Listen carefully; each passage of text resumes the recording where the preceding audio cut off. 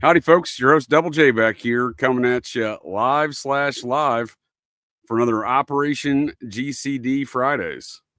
And I won't, we'll cut right to the chase, just like my old stalker there and almost PR rep, Buffalo Jared Revisa, when, just like he was cutting things up on his multi state assassin, hypnotic mind control assassin style.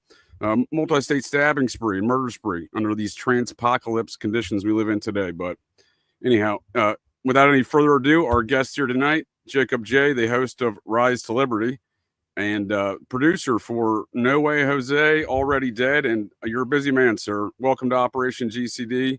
And thank you for joining me today to get a little GCD. Yes, of course. Thanks for having another JJ on. Yes, sir. I appreciate conversations with all JJs. I'm also keeping my eye on you, sir. You out there trying to out JJ me. Hey, man, you're way too unique of a person for me to be able to out JJ. Yes, sir. That's the fun part about being a JJ. We're all very unique. Right. So but yeah, thanks for having me on, dude. Yes, sir. Well, absolutely. I thoroughly enjoyed our discussion we had there on your Rise to Liberty. Was it your 4th anniversary show? Yes. 2 weeks back? Yep. 4th anniversary. Nice. Been at this for 4 years now. Working on my 5th. That's awesome, dude. And again, I appreciate it, man, with a lot of details. You, sir, are one of those folks with a lot of details, and you blew up my brain hole with that discussion we had there regarding a couple of topics we'll get into tonight. And as I guarantee folks here at the interwebs, thank you all again for joining me here tonight to get a little GCD. We got a real barn burner here on deck because Jacob J here was first of all, when you're telling me about new things I don't know about Iran-Contra money laundering and Colby's queers, that is Bill Colby's queers, the folks that have brought these Operation Gladio, Phoenix program, and Air America drug trafficking programs come home. I had no idea that Daryl Gates, the former head of LAPD, and his DARE program was encapsulated in that same conversation. So, yes, sir. That's off you, yes, sir. Yeah, he is all involved in it. And just in case nobody really knows, Daryl Gates is a really influential figure. For sure. He started SWAT. So he did, for sure. He's very well known too in that community. Right. It's just massive. He was head chief of police for the LAPD. Really high up position in a really large city.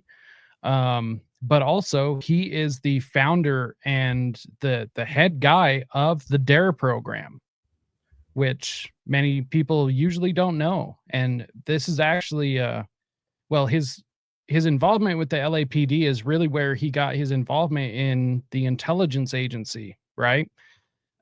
He basically created his own. At the time when he was chief of police, he started a couple of intelligence organizations within the LAPD. And it got to the point where he was sending LAPD officers all over the world.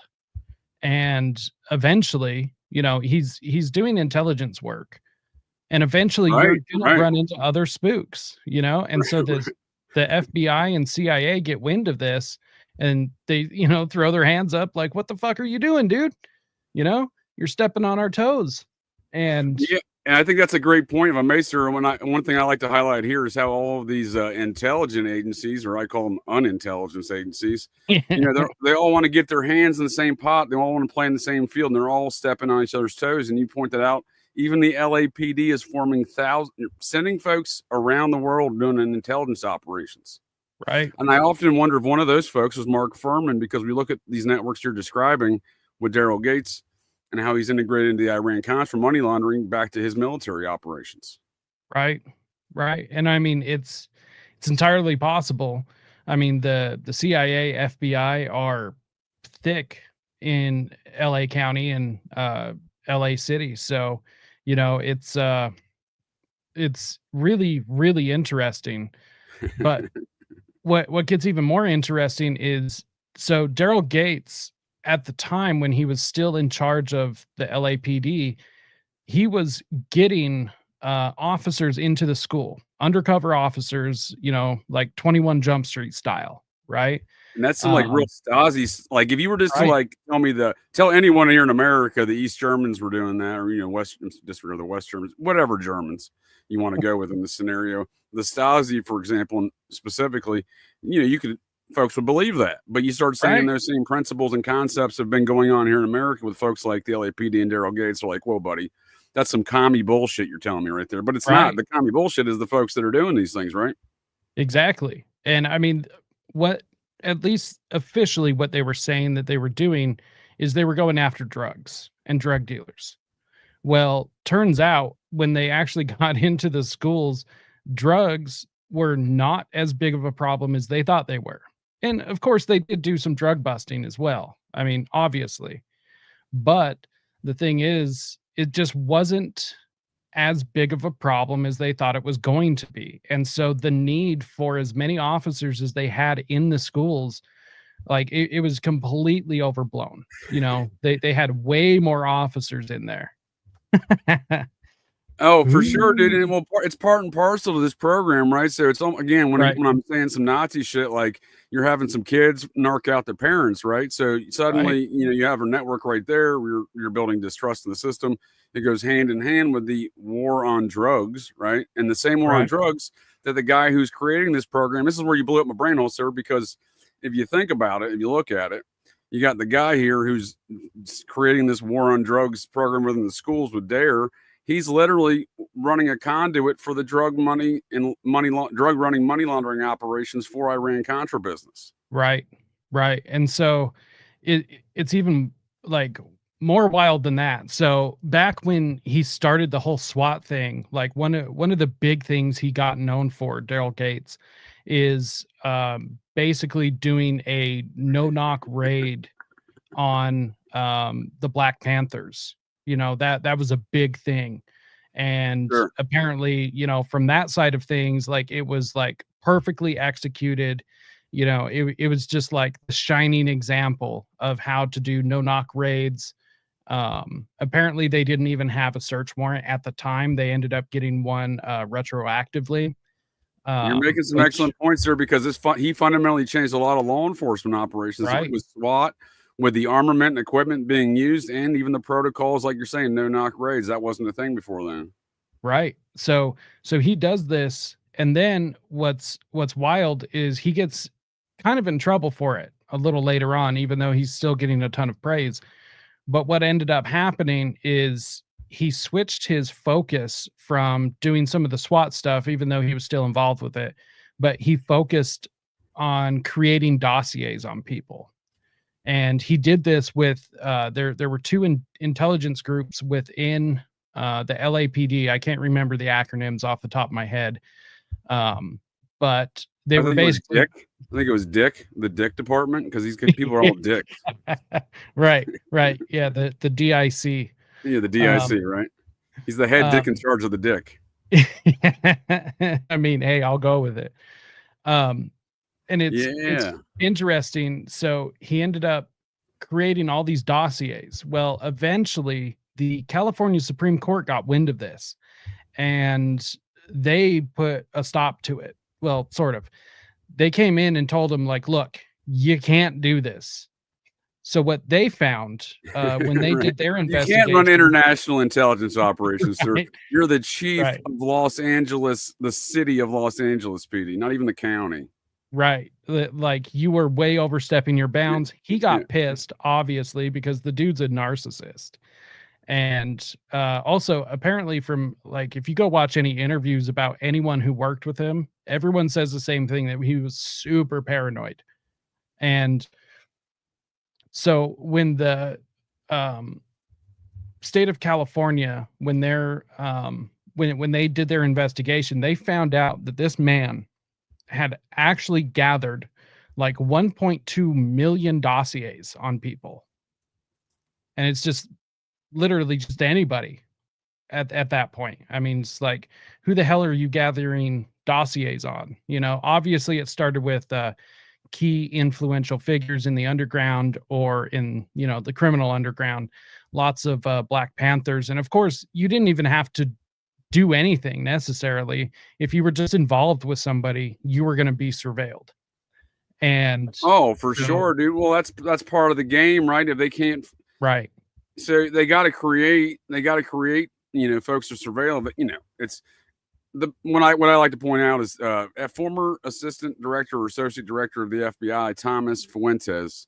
I'll find the clip here. Back in 2004, says in a documentary, when he's making a budget for an agency, a law enforcement agency such as the FBI, he's never going to claim that they solved all the crime or they stopped all the terrorism, because that would reduce his budget. So he right, operates under the the pretense or the thought process when establishing a budget for the FBI, which he did. That was his job as the associate director, is to keep fear alive.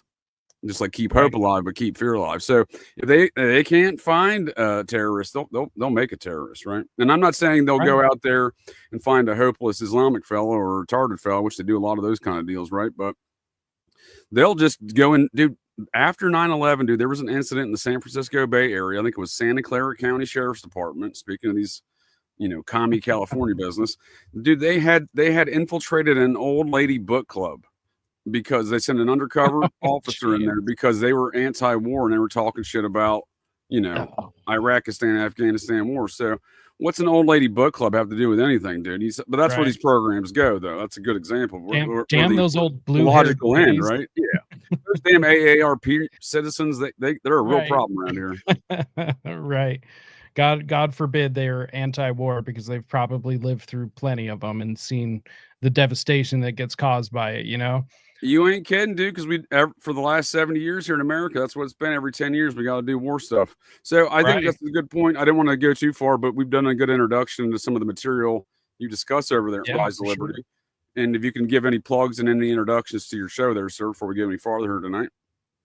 Yeah, so I mean, ultimately, I'm a parapolitical researcher. Um, and like you said, I host my own show, Rise to Liberty. You can find me literally anywhere, whether it's YouTube, Rumble, BitChute, Odyssey, all the places. I'm most active Instagram, Telegram, and Twitter or X, whatever. But I have a focus on MK Ultra and mind control. Those are the things that I focus on the most, because I think that mind control, behavior modification, these things, they kind of fall into everything. It's just kind of involved with everything, and it affects every single one of us. I don't know another topic that really affects people as much as mind control does, whether it's the individual or the masses. And so I've kind of just honed in on that. But of course, I do focus on other topics. Satanic ritual abuse is a big topic for me, especially living here in the state of Utah. It's a big Oh, the deal great here. state of Utah, the nation of Right. Deseret, as they call it. Yes, sir. Yes, sir. Absolutely love this state. However, there is a massive satanic faction in this state that has their claws in many things, along with the UN New World Order stuff going on, with all the upgraded surveillance state stuff that we have going on here. We have the Oh, sure, NSA, dude. DHS. Yeah, a lot of Just folks all don't know about that things. Dugway Proving Grounds NSA facility that Right. they've been constructing out there, right? That's a major data center. Right. Well, and so check this out. Dugway Proving Grounds, one of the locations for the Edgewood Arsenal testing that they did for chemical and biological radiological testing during MK Ultra during the 60s. They tested a lot of it out here. This was actually the like field test. So after they did all the lab tests, they came out here to Utah. The reason why Dugway Proving Grounds is 800,000 square miles, and it's the size of Rhode Island, basically. Yep. And it's an entire military base. They've got a lot of things out there. They test new safety equipment. They test all sorts of bombs and armory. Yep, that's where it's not far from Salt Lake City, right? It's about an hour and a half Right. south of there, right? It's about 50 minutes. And that's where Hill Air Force Base is located in Salt Lake City, the mothership, Yep. as I call it. And Yep, just north, Mormons. just north of Salt Lake, actually. And they do a lot of So, testing. That's part of the Air Force Material Command. So they do all the yes, testing sir. within that command. So their Hill Air Force Base is a major epicenter of these kind of weird testing. Testings of anything that gets tested within that command. For example, Air Force Material Command. I test wore some uniforms one time when I was stationed within that command because the Air Force was changing uniforms to these weird blue uniforms, dude. They were really dumb looking. But I had to wear that uniform for like 6 months because I was in that command. Right. Yeah. Yeah. It's really interesting. Also, Hill Air Force Base runs support for ICBM missiles. And so, we're in constant communication with NORAD and all of the missile silos all over the country. So Hill and Dugway are both two major military bases. And I find it interesting because there's all sorts of things. Of course, we are the foundation, the head place for the Mormon Church, the LDS Church, but also we are one of the main locations for Best Friends Animal Society, which is the process church of the final There you judgment. go, sir. There you go, sir. I was gonna address that. Do you know, because they're located down in Kanab, right down southern Utah. Correct. Yep. Which is just a little bit east of a little bit northeast of St. George. So, yeah, it's And when we're speaking these matters of the NSA or these other spooky kind of testing stuff over the years, Dugway Proving Grounds, etc., it shouldn't be ignored that this Mormon fellow right here, Major General Brent Scowcroft, who died a few years back here in August, about 5 years ago. He was the right-hand man to Henry Kissinger and the national security apparatus here in America, that Nazi apparatus that took over America in 1947 and eradicated freedom of speech. I'm sure, as a libertarian-minded individual, sir, I'm sure you're well aware of these matters, that the National Security Act of 1947 and Nazi Act eradicated free speech in America because folks like Brent Scowcroft, Kissinger, and a small handful of other folks can stamp things national security, and no one has to know anything else about it. Right. And that's, it's really interesting anytime you see matters of national security pop up, such as the Idaho murders. When you told me that now you're talking my language, sir. Right. As soon as you told me that those were labeled a matter of national security, first of all, I said, hold up, wait a minute. Like you're telling Not me this only is that, and more recent, so they did that a couple of years ago with all the seal and everything, and even like the victims' parents were told it was national security shit. So even in more recent times, literally a week before the sudden guilty plea of Brian Kohberger back at the beginning of July, the judge he just denied everything the defense filed anyway, just out of principle, just deny it. I'm going to read it kind of deal. But he cited, this is a state court. He cited a case, again, the defense was trying to argue alternate perpetrators. He cited denying them that right, citing the McVeigh case with John Doe number 2 is the citation why they're not allowed to argue this. First of all, I'm not an attorney, and I'm also not the vice president, but you can't, federal rulings have no bearing in state court. Right. Especially a federal case that took place in another state. If they're citing dude, that's what I'm saying. So we're seeing this facade of a state hearings, but it keeps popping up throughout the case that it's a federal procedures with national security implications all around it. Right. And they even do so when they try to argue alternate perpetrators, said nope, because that was a big issue, as I'm sure you know, with the OKC stuff with John Doe number 2, right? Right. Yeah, I mean, it just, well, first of all, anytime I hear matters of national security, maybe I'm a little biased, but I automatically think CIA, even though it could be more than just them. But I always just go to them because they're my favorite people to point to and blame everything on, Absolutely. The clowns in America, they're a great kicking post. Right. But you're right, sir. It is, again, it's all 17 unintelligent agencies, and they're not all involved. It's compartmentalized, and they use things under the matters of national security through a team of folks that work in the White House called the National Security Council, where folks like Henry Kissinger here have been running along with his old buddy Brent Scowcroft, the Mormon fellow, who has family in Kanab, Utah. And also Kissinger here has deeply connected to the, processed cocaine Bob Evans here for many decades. No one could explain their friendship. Lord knows, sir, what went on in this photograph. But when we see this fella who's got, again, you can just, there's Scowcrofts in Kanab, Utah today. So they're not, Right. they're in positions of, community positions of leadership and ownership. So Right. he, Well, and it's no just to surprise give to me you that, oh, yes, sir. Go ahead.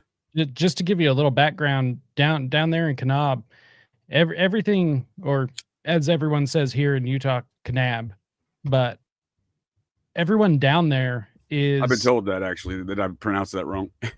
yeah, most people do, No, I understand, because I correct folks on the proper pronunciations of Appalachia all the time. So I right, understand these matters. right. So most people down in that region are actually associated with best friends in one way or another. Yeah, And dude. so it makes things really interesting because I would say for, you know, for anyone who doesn't know, best friends, it's they pretty much run that town. Um, I wouldn't say so much the county, although they do have their fingers in many pies down there. They definitely run that city. So if Brant here has any family that's left over living down there, they are somehow involved in one way or another with Best Friends Animal Society. Yeah, dude, you're making some excellent points, because I've studied these things economically speaking and politically speaking down there, and the process or Scientology, they're more public. They're the kind of the dark wing of Scientology, if you will. Right. And I do think there's a lot of crossovers with their fellow ancient alien cargo cultists, the Mormons, because as I'm Right. looking at the financial aspects, tracking the logistics, the politics, and in fact also the their corporate documents, it seems there may be some deeper connections there. So it seems Right. that they list in the corporate documents of the Process Church, which they never changed the corporations. They just changed the name of it throughout the years, from Right. Foundation Faith when they went to the evangelical movement to the Best Friends Animal Society in the 90s.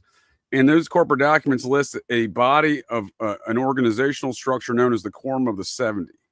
And that Quorum of the Right. 70 is a guiding board within their government or their corporate structure. So they don't identify who that is or how to elect this Quorum of the 70. So thereby, I'm to believe it's an outside body. And if that's the case, they just happen to be in the state where there is a corporation of a Quorum of the 70. Right.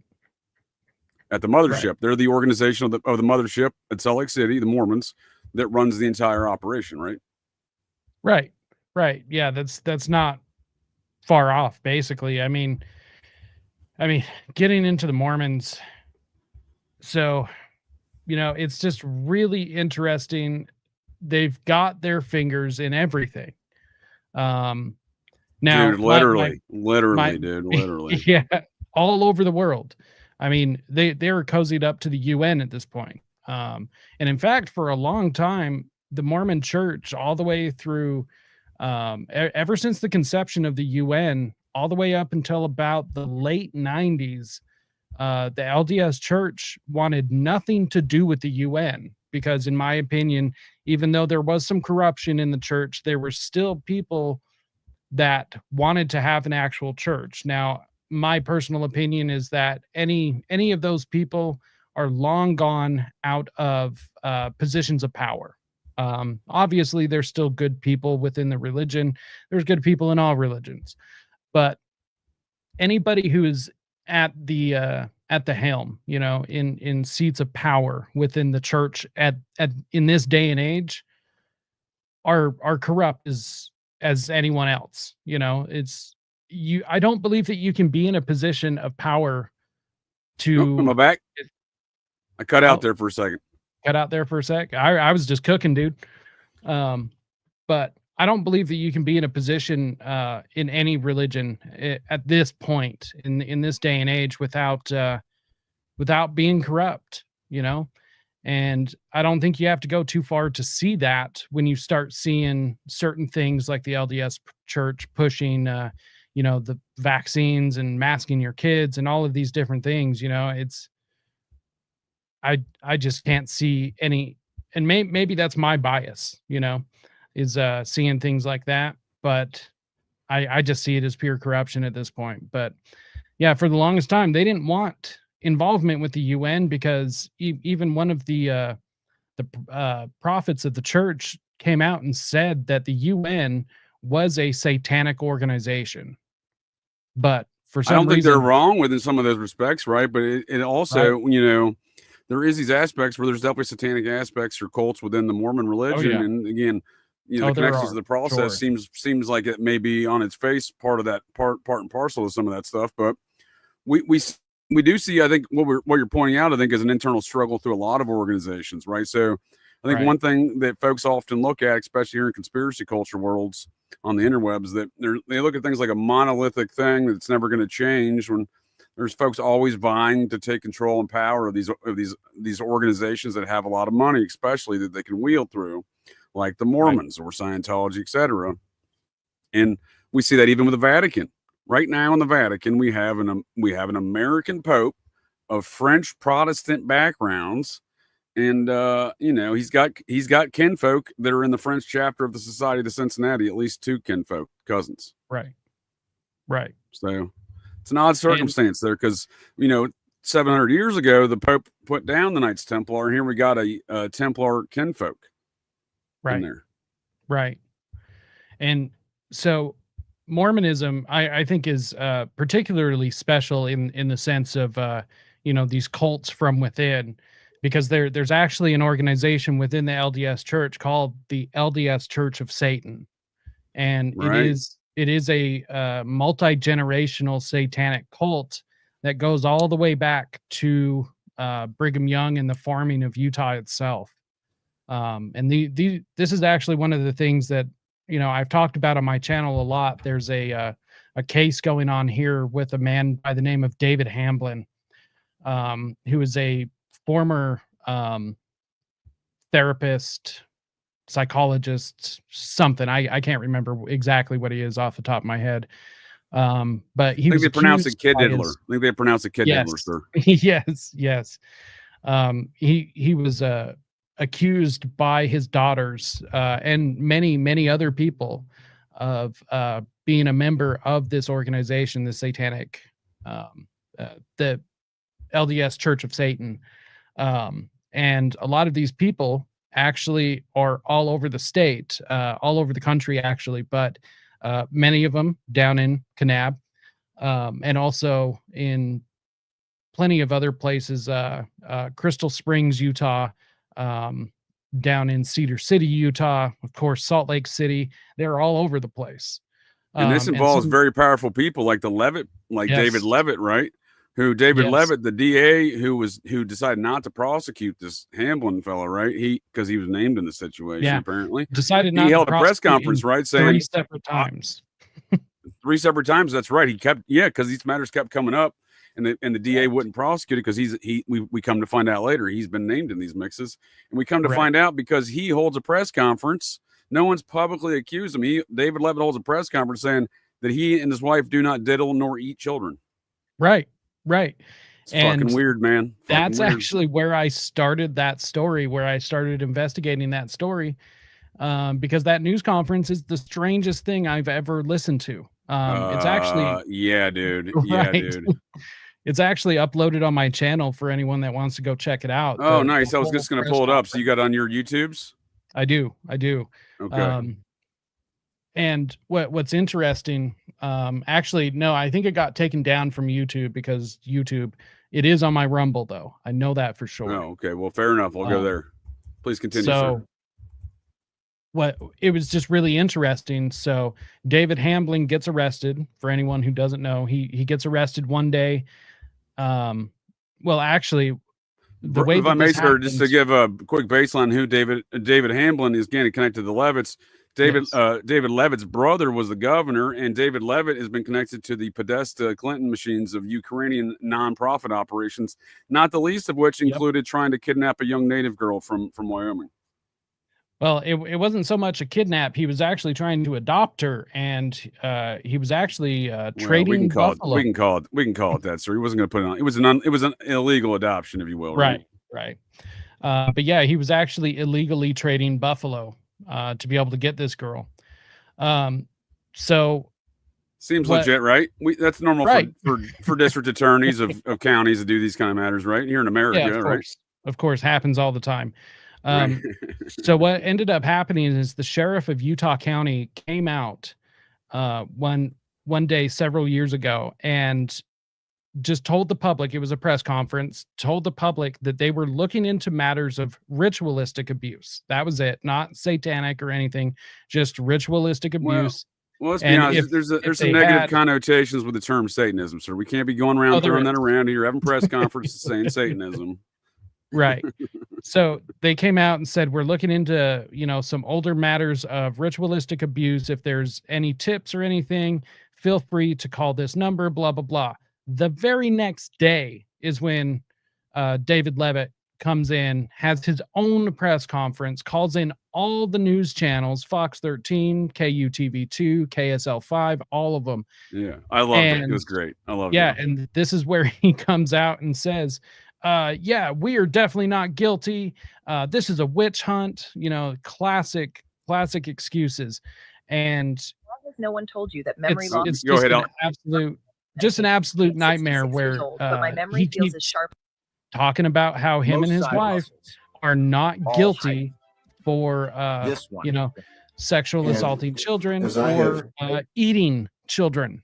There you And go. none of this was You're like, brought wait a up. second, dude. Cannibalism. What's going on here, bud? Right, right. None of it was brought up. He called the accuser in his case mentally ill like 16 times or something. It was some ungodly number. And it's just the strangest thing you've ever seen. And yeah, his name was not dropped. Nobody's name was dropped at all. And that's what makes all of this so strange. And you mentioned the Idaho 4 case before, and we're talking about the nation of Deseret there in northern Utah or western Idaho. It's same Mormon countries, if you will.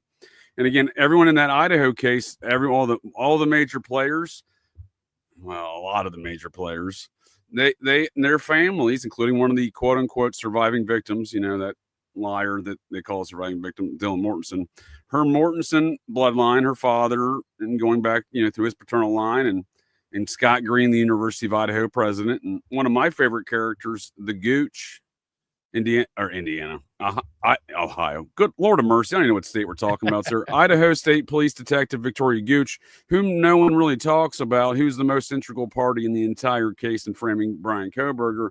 She's the one who came up with the bushy eyebrows, the frozen shock face, etc. She's the one who worked the IgG investigation for the DNA.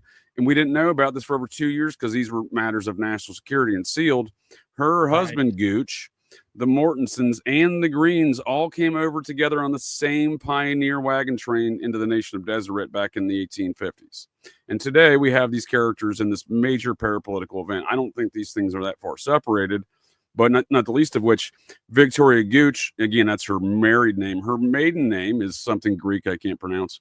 But her father, we'll get to that in a minute, because when we get back to these matters of the process, a lot of things come up process there in that Idaho case too. But again, is it that far separated the same subject when we're dealing with all these Mormons, the nation of Deseret, and again, all these process connections? I don't think they're that far separated, but it is weird that we see these matters like that with this. Again, I think it's, to a certain extent, I think these old Mormon families that sell that area in the nation of Deseret, they don't like America. You know what I mean? Right. They're going to sell buffaloes, kidnap children, et cetera, et cetera.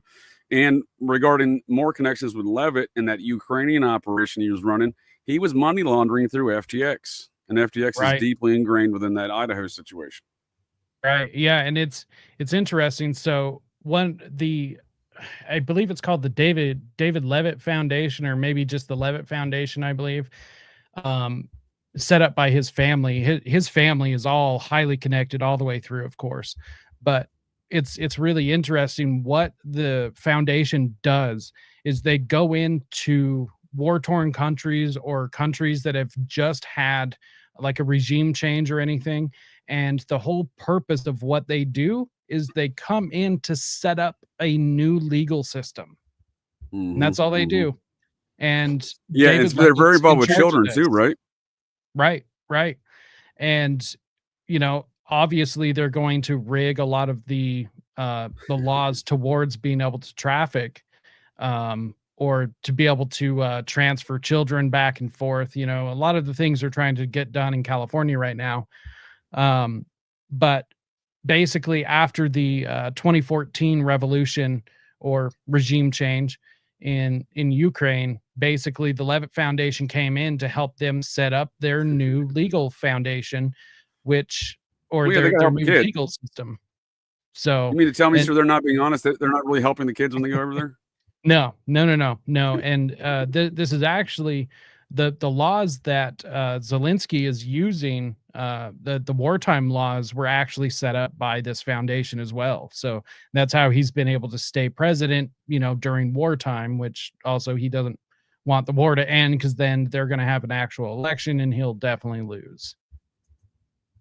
So it's yeah, dude. I mean, these things are all, again, they don't, these matters, they seem disparate on their face, but they're all very connected, like largely through financial aspects. But again, these Mormon families like the Levitts, because if I'm not mistaken, they hail from Parley P. Pratt, and therefore they're second or third cousins with old Mittens Romney, and amongst other characters. Correct. So, and a lot of these families actually, they're not that far removed. Obviously, because of polygamy being a thing back in the day. Although polygamy, it's really interesting, because polygamy was actually only available to the wealthy back then. It wasn't like all Mormon men were polygamist. It's a common misconception. I appreciate, as a fellow Exmo and a fan of facts, I appreciate you pointing that out. I do the same, because it wasn't until Joseph Smith's number 2 guy, the general in charge of the Nauvoo Legion, which was the second largest army in America behind the U.S. Army at that time, in the 1840s. And they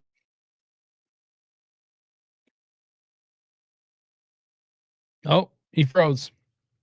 Am I back?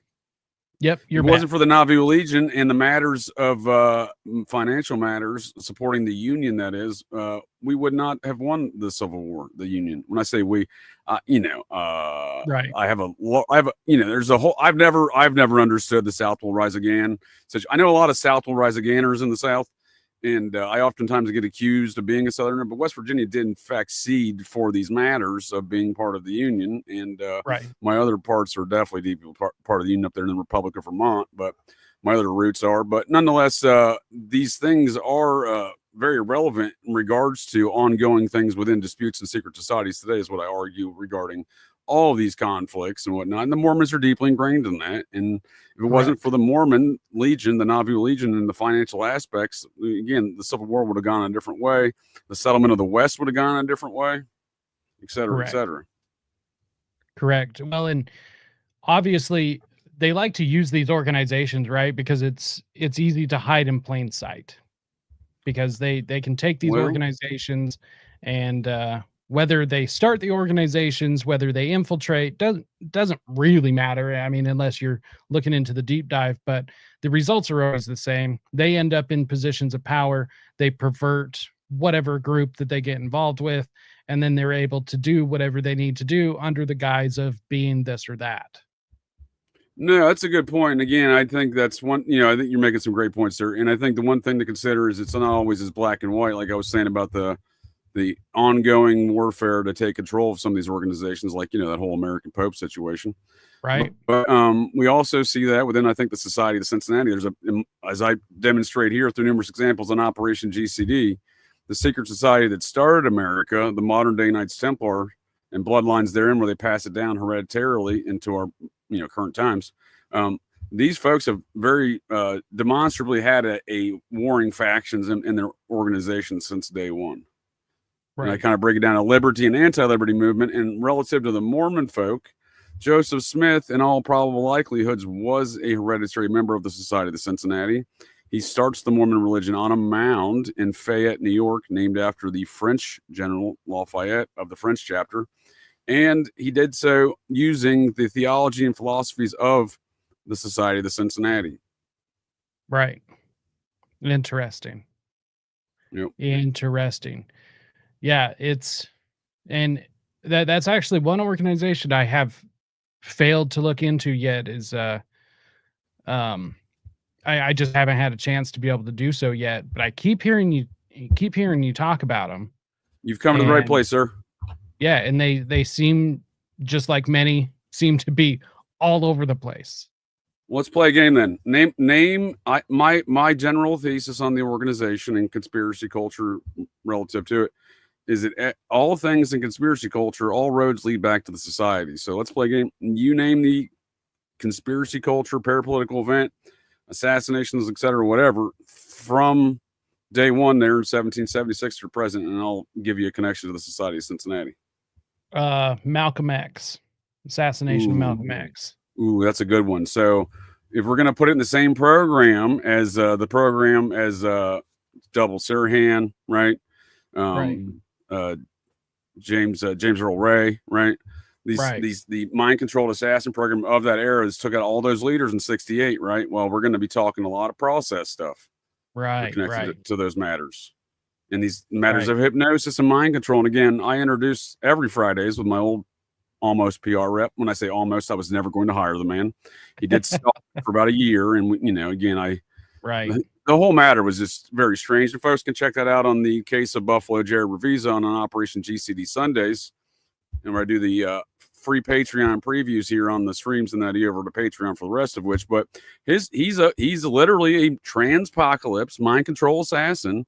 And dude, my gut told me that from moment one, that he wanted to stab me a bunch and wear my skin as a human coat. And the guy that he did stab and murder later hired him as his PR rep. So I don't think I was far off from the assessment, my ocular pat down. But why he ever wanted to be my PR rep, I have no idea. And it was just not. He's like, no, sir, I will not take no for an answer. I'm like, Lord of mercy, there's something wrong with this boy. But he's from the family that won the World Series for the Chicago Cubs. 2016, they broke the curse of the GOAT, the 94-year curse that prevented the Cubs from winning the World Series. The Cubs thank Ken Revisa in the Revisa sports hypnosis business, which Buffalo Jared worked for at the time. And speaking about JJ and folks, that motherfucker changed his name to Jared Jones. He's definitely trying to out JJ me, and I'll have none of that. Oh, that's funny.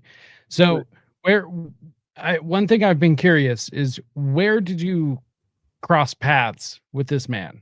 I'll get to that in a second, sir. I'll get to that. Let me close out the matter on the Society of Cincinnati and matters of these assassinations and mind control assassins of 68 and the late 60s. So they all seem part and parcel of the same program. So there's not a direct connection with Malcolm X, for example, in his assassination, outside of fomenting chaos and discord, if you will, in society.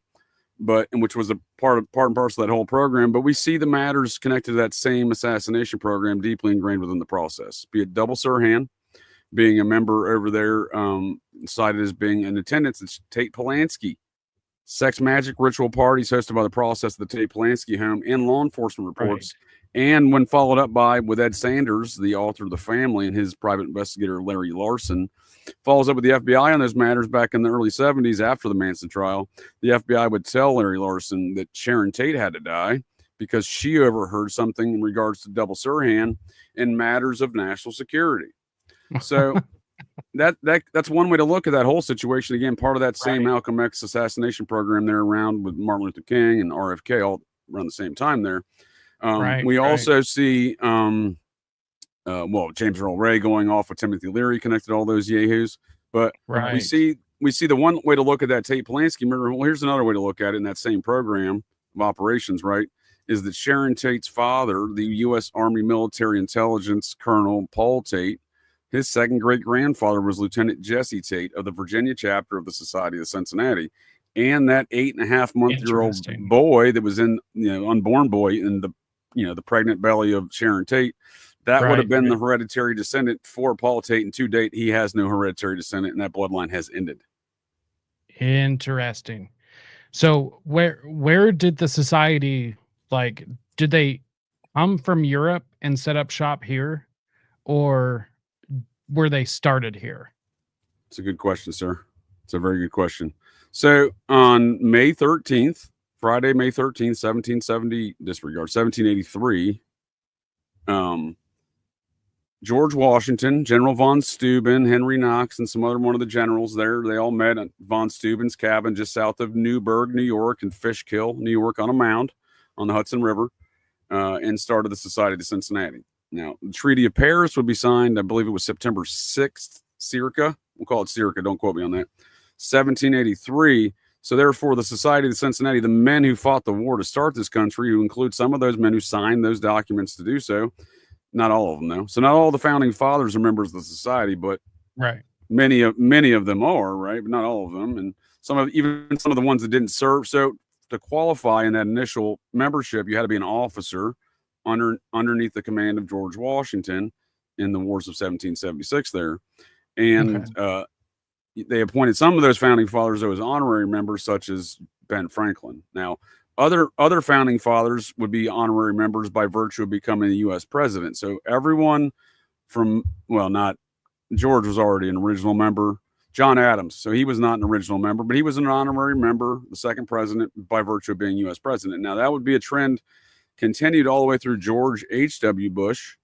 For some reason, and no one will give me a legitimate answer to my satisfaction, but I've received numerous communications from society members over the years when I talk about these matters online and on these interwebs conversations here since May of 2016. I actually started Operation GCD to talk about the Society of Cincinnati and the mounds in which they coveted and venerated very much. So we see the trend going on with the honorary members, but it's those hereditary members, and they pass down their heritage and paternal membership like a modern day knighthood to our current era. And these are the men that wage and wield power in this country and the families they're in. So it's not always the card carrying members. Oftentimes it is, but it's not. It's like the old world where we have these other branches of those trees within these quote unquote almost royal lines, if you will, in the new world here that have carried over, where these cadet branches, as they call them, they war against each other and fight. And that is what we see over there in the old world. And it carries on here, if you ask me. But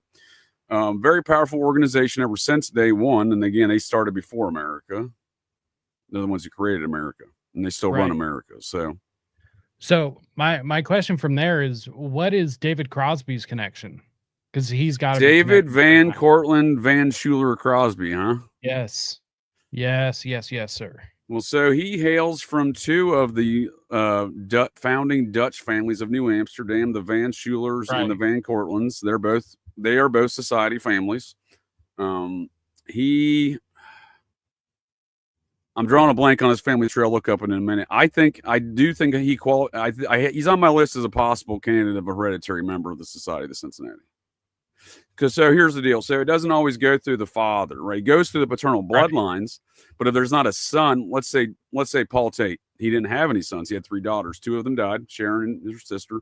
The one surviving sister has a daughter. She's, I don't know how old are you, sir? She's roughly my age. She's in her 40s, probably. They're 33 is how old there I you am. go. So somewhere between your age and my age would be Paul Tate's granddaughter. I think she has but she has a daughter. So she's still of age to maybe have a son in the future. But if not, then Paul Tate, I don't know what goes on with that bloodline within the society. Right. Because, there's no obvious connections. But we see other instances where it gets passed down through the mothers, right? Because there are no sons like that. So again, if his daughter's daughter would have a son, you'd see 2 passing down through 2 women to the son, and these things happen. So Jackie Bouvier Kennedy Onassis, right? JFK's wife. Right. Her father, Black Jack Bouvier, was a hereditary member of the Maryland chapter of the Society of Cincinnati from his great-grandfather. Maternal great-grandfather. So his maternal great-grandfather had a daughter, and then him, right? So typically it's sent down through the paternal side. That's the goal. Straight paternal line, usually the eldest, but sometimes they pick not the eldest. But here's another example. Winston Churchill, Prime Minister of the United Kingdom, was a hereditary member of the Society of Cincinnati because his maternal grandfather did not have any sons. His mother was an American. Here's another example. How these things get a little funky at times and trying to track. So it's not always easy to track. Sometimes these folks brag about it. Other times, I can deduce it by no other sons, no other paternal heritage, by who would be the member. And oftentimes when I do that, I look and see, oh, well, that makes sense. They're a very notable person in society or history. So these things are, they usually go hand in hand, and typically, most specifically through the general ranks. So in America, there's only ever been one father and one son who both have held 4-star general ranks. You'd think it'd be General Patton and his son. No, his son was only a 2-star general. You'd think it'd be other notable folks. No, it's John McCain #1 and John McCain #2, who were the father and grandfather of U.S. Senator John McCain. Right. Yep. Right. That makes And a John lot of McCain sense. number 4, his son is most likely the hereditary member, right? Let's see, Right. usually name, game, eldest son, that kind of deal, right? Right. Interesting. Now, here's another parapolitical event. Back to those murders there of an occult nature in 68 and 69. We were talking about Manson stuff. Right. Would you believe the Zodiac murders? Brian Hartnell, the fellow that survives the Lake Berryessa attack on September 28th, 1969, his mother was a Walker, of descendant from Colonel Walker. Remember that General von Steuben I was just mentioning, Right. who hosted the party to start the society. He was the aide de camp to George Washington when he first came over here from Europe. And when he his aide de camp, his military sidekick there, was this Colonel Walker, Colonel Benjamin Walker. Colonel Benjamin Walker's third great grandson was, third great grandson was Brian Hartnell through his mother, who was a Walker. Disregard fourth. His mother was the third great granddaughter of Colonel Walker. Her father, the second great grandson of Colonel Walker. So he didn't have a second great grandson. Brian Hartnell's grandfather did not have any sons. His mother, she had a daughter, Brian Hartnell's mother, who had one son, Brian Hartnell. So therefore, it seems easy to deduce in those circumstances the very likely candidate and hereditary member would have been Brian Hartnell, who inherited that position approximately 2 years prior to his stabbing there at Lake Berryessa. So like the Tate situation, was that situation also a hit to end that bloodline of the Walkers? Interesting. Yeah. So obviously, it says here the Society of the Cincinnati was founded to perpetuate, quote, the remembrance of the vast event of the achievement of American independence. Right. Although that might be why it started. Like, what's the whole point of it now? Like, because obviously I'm sure their goals have probably changed over the years.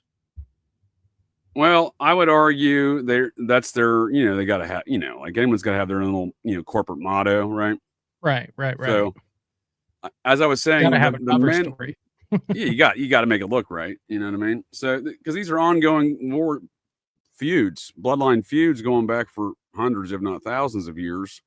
So we look at the men who started the society, like George Washington and the other officers in his group who have now passed down the heritage. Like I said, I call them the modern day Knights Templar because they were the descendants of the Knights Templar, and they were doing the same activities the Templar was doing, trying to restore their liberty, their property rights, and their freedoms.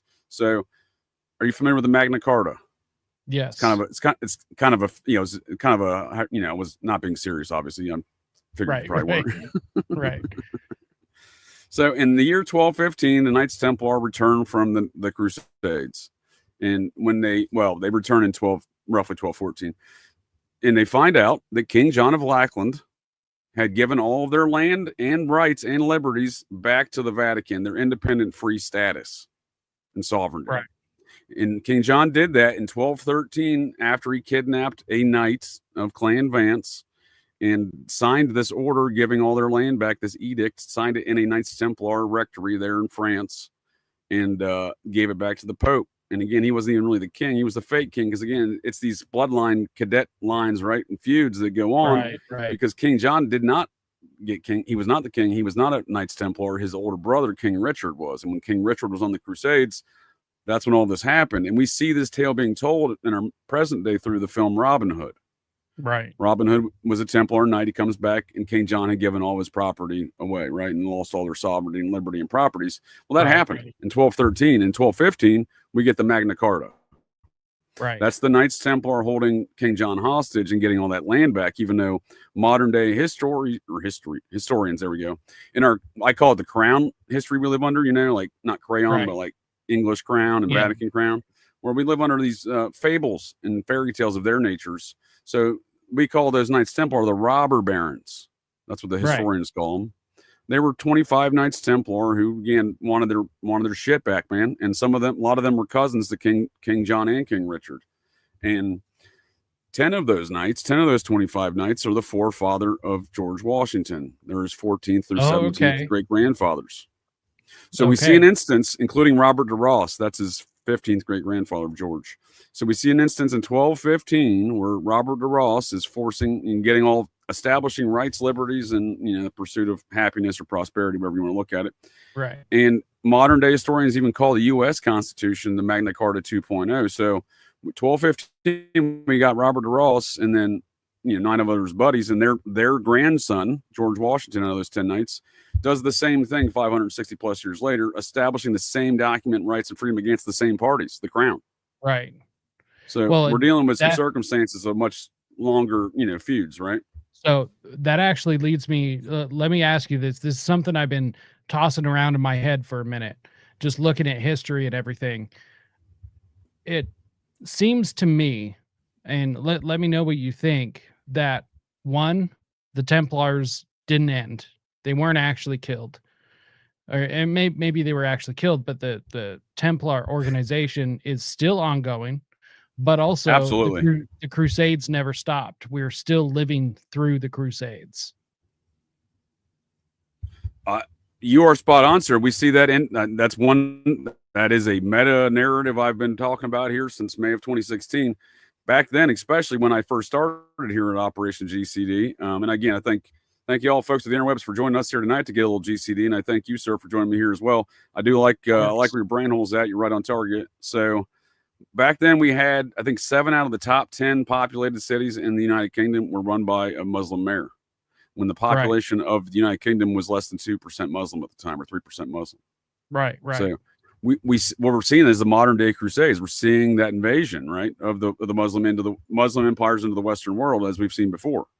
Right. And we see it on the flip side too. We see Donald Trump moving the embassy to Jerusalem, and he immediately starts digging tunnels underneath that area. That sounds like a Templar thing to do. Right. Well, and they're also talking about building the third temple. They just sacrificed the red heifer. There's all sorts of things that just align with what has already happened. It just, I don't believe that history repeats itself, but I do believe history rhymes. And it just seems like a lot of these things are still ongoing. Kind of like World War I and World War II were really meant to destroy the old world, to usher in the new world, destroy a lot of those technologies, a lot of the architecture and everything. They had to destroy all of that to be able to usher in. You also can't institute your worldwide policy of Nazis, right, without a war in which, I apologize. Go ahead. No, you're good. It's just that we had to destroy all the architecture. We had to destroy all the old world technology to usher in this new world order, basically. Oh, my back. I keep freezing up over here. Go ahead. You're good. My back. Yep. No, you're right on, dude. That's spot on, dude. So we see that though. You can't institute the Fourth Reich without having a war. The war was the plan was never about the Third Reich in the situation. That was the onset in which to deploy their operation worldwide, and we see that now. Right, which also makes sense of why a lot of this stuff is coming from Switzerland, because a lot of those Nazis actually ended up in Switzerland. So, do you know why they end up in Switzerland, sir? No. We have another JJ to thank, John J. McCloy, and that motherfucker's not going to out JJ me, that's for sure. He was put in charge of over there. The guy who helped with the Warren Commission. The World Bank president. He was put in charge over there and working with the Dulles boys to help funnel in all these Nazis into America, but not just into America. I have no doubt those fellas were cued into the plan, the Nazi plan, because what we see that transpired with all this Project Paperclip Nazi nonsense went on over there in Russia as well. And these Nazis communicated with each other throughout the Cold War. They're the ones who, my opinion, based upon all the available facts and evidence, these are the folks that instituted the Cold War, was the Nazis. Right. Fueling each other from both sides while working together. And we know they were communicating. Right. Well, and I would actually agree with you on that, because after the fall of the Third Reich, we've got the rat lines running all over the world at that point. And check this out, Michael Aquino's first wife was LDS. She was Mormon. Yes, sir. Yes, sir. And yes, sir. You were a man with a lot of facts and details. I respect that. I was just talking about that last night, how much these things go intertwined with each other, because they not only was his first wife LDS, Michael Aquino and his mother were living with that family when Michael and her were young. Right. And her family was directly involved with a lot of these rat lines. The supposedly, Forbes. Right, exactly. Which is a famous last name here in this country, in case nobody knows. But they supposedly, their official story was that they were one of the last families on the train out of Berlin before Berlin fell. And it's like, well, no, you guys were actually here before then, but you guys were sent over here to basically set up a rat line, which they did through the LDS church. And that's why Utah actually has a pretty high German population over here. So, surprise. No, dude, these are all very salient characteristics to understanding what we're dealing with today here in America, because it is very Nazi shit. It's all Nazi shit. Again, that National Security Act of 1947 is all Nazi shit. It created NASA, the CIA, and the Air Force. And I assure you, all three of those organizations still today are the same. They get financed through that same piece of legislation. I don't care what the appropriations do later. That's their initial appropriation. Therefore on paper, they are the same. Right. 100%. And, I do kind of poke fun at some other researchers, some of the more old school researchers, like the one that always comes to mind is Douglas Valentine, who, wrote books about the Phoenix program and stuff like that, or even Dave McGowan and stuff. Some of these other guys, they focus so hard on the fascist, and obviously there are these fascists out there, but I think that I like where you're going, sir. I like where you're going a little bit. It's to me, it's just statism. I don't see a difference between like a fascist or a socialist or whatever. It's just different flavors. Dude, you're reading my brain hole, sir. You're reading my brain hole. I say that all of the time. There is no difference. Fascism, communism, Nazism, socialism, they all equal nihilism. These people have no belief systems, and the only belief system they believe in is authoritative control. Right. Which is why they're always the party of big government, which is what I don't understand, why these guys don't just love Trump. Like, come on, Trump is expanding the state like beyond what he did back in his first term. He's expanding it beyond what Biden did, or whoever the hell was running the auto ban under Biden. It's just like any president. You're making some good points, though. No, dude, I haven't really considered that. You're making some good points there, because you think they would love his actions more, right? Right. And I think there are some that do. But as we saw in this like most recent trans shooting, person didn't love Trump, but supposedly Transpocalypse Now. Right. That's good. You see a lot of these people like they're anti-Trump, and it's like, but your other ideologies like mesh up with, statism. So I don't get it. Like it doesn't make sense. Yeah, I think that's why I like what you're saying, sir, is because I think it speaks to the propaganda campaigns around these matters, right? Right. These folks aren't looking at the characteristics, the salient characteristics or understandings of what's going on with that person, Trump or anyone else. They're just going with the narrative and being weaponized and radicalized as a result. Or counter narrative, which we know is controlled by the same organizations, because you've got to control that's for damn sure. Narrative and counter narrative.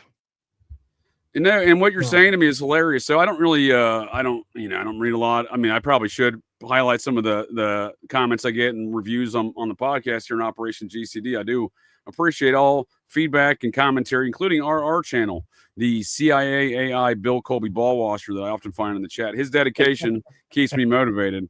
But this one was funny, because this is also why I say, I'm not the vice president, because this person I think thinks I'm the vice president. There's a lot of MAGA talk going on here. And I don't know that I've ever really espoused anything MAGA specific other than I love America and the Constitution. And if that makes you MAGA in this day and age, this speaks to that propaganda I'm talking about, where you can't even like America anymore without being MAGA. Right. Yeah. And I find that interesting as well. I was thinking about this just the other day. I was thinking about what it was like before Trump just recently won, and because they control the narrative and counter narrative, right? Like the message around Trump, like it really did seem like he was on a path to come in and drain the swamp. I didn't think that he was going to. I mean, he was a president, but nonetheless, like the messaging around him was so good. It was so good. I had never heard a president or a candidate for president, especially one at that level, turn around and say something like, we're going to audit the Fed, we're going to abolish the Fed, we're going to abolish income tax. Like, that's what I'm saying, dude. These things are never really black and white, right? Oh, right? Go ahead. Go ahead. Well, it was just some like Ron Paul level stuff, you know, coming out of Trump. And, you know, the way that they treated him all the way through his first his first term, and then in between with Biden and everything, you know, it kind of seemed like he was coming in for revenge. So why wouldn't he do something like that? You know, it was plausible at that point. And it's just, I think some of that still is plausible. I think some of that still is plausible. So what I think you're describing here again is not, things are not as black and white as folks like to make them out to be. And there's a very gray area. Amen to that. We see someone like Trump who could be the grayest of all areas, right? You know, he's got a lot of good, got a lot of bad, but here's the thing he does have, we can say objectively speaking, he's a man with a mission. And one of those missions, it seems, is he hates the Federal Reserve because they cut him off financially in 1994, forcing him into bankruptcy. Right. So there's not a corporation or company on this planet that doesn't operate on credit.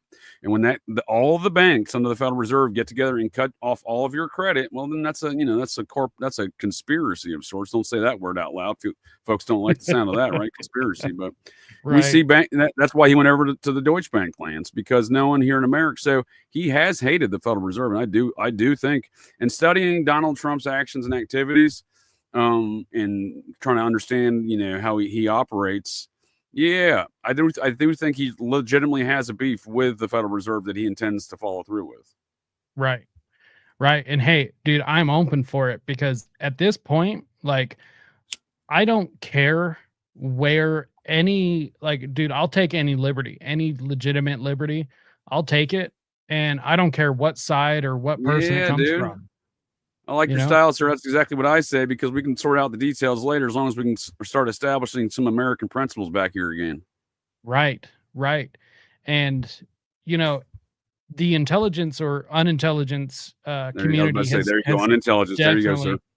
They have definitely been in control for far too long. And, you know, whether this full term of Trump goes well or just complete on fire, because it's been on fucking fire lately. Not fires and good, but fires and bad. But regardless of how it turns out, the one thing that he has done that I will forever thank him for is destroying the public's trust in the media.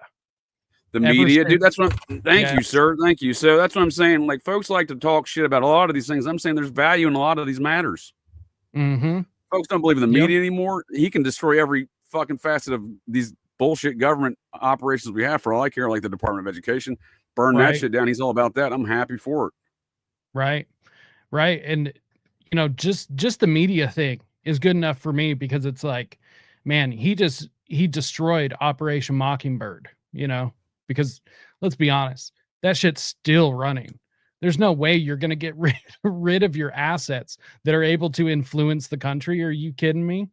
And not only is it still running, it's grown into the media space on the interwebs, right? Right. I mean, it's taken over the alt media. You know, there's, you know, a lot of these people, the Charlie Kirks, the Tim Pools or whatever, you know, these people the Joe Rogans, the diet Joe Rogans, the vegan Joe Rogans, you know? Yeah, exactly. The carnivore Joe Rogans, the skinny Joe Rogans, the fat Joe Rogans, all of them. You got Lex Friedman, I call him vegan Joe Rogan. Then you got that one Danny Jones guy, he's kind of diet Joe Rogan. Yeah, Joe Rogan 2.0 for sure. Yeah. Which is funny. I actually saw Danny Jones on I saw a clip of his show where he was talking about joining the CIA, which I was like, man, you're just like not hiding it, are you? Typical. No, but these things obviously continue. And again, there is a matter of destroying the trust. And I think one thing that I salute Trump for doing as well, and I'm not the vice president, I don't work for him there, he has forced the Democratic National Committee, not only and the media, not only to talk about the Epstein situation. Wherever the dust settles with Trump and Epstein, he has forced them to talk about it. He has forced Democratic Committee and DNC congressional folks to literally draft legislation to force him to release things. These things are so far off the reservation from where matters were just even 6 months ago, let alone 5 years ago, that we live in some interesting times. But if I may, sir, comment on this real quick before we press forward. I do want to, on these matters you're discussing, and these, again, I like where your brain hole's at, sir. All of these things are anti-liberty. That's what I ultimately call it. The fascisms, the communisms, the Nazism, etc., the Marxisms. All of these folks share some, common ideologies and principles, like the diet and vegan Joe Rogans. There's a lot of similarities between all those ideologies. You can argue some slight differences, but ultimately speaking, the result is the same: nihilism and authoritative control. Yeah, so 100%. I really enjoyed this review right here from this folk of the interwebs, if I may read this. JJ is a virulent and confident anti-communist. I'm not sure if that's exactly accurate. I mean, I'm pro-liberty, I guess, and anti-liberty or communism would fall in an anti-liberty faction. So, I agree with their assessment in that regard. Without having any knowledge on the subject. Well, that's strange, and this is why. His pet subjects are having almost been eaten by a serial killer. Well, they've listened to half the show. I didn't almost get eaten by the serial killer. I came face to face with the serial killer. He may have fed me human meat burger the year prior. Right. And I almost got stabbed by a different serial killer a bunch, and then he wanted to wear my skin as a human coat. So they've listened to half the show. I'll give them credit for that. And the like, so I don't expect him to have scholarly or rigorous historical knowledge. Well, that's a shocker. But to call the process here, this is my favorite part, because you, sir, if I'm not mistaken, are a former adherent to the Church of Satan?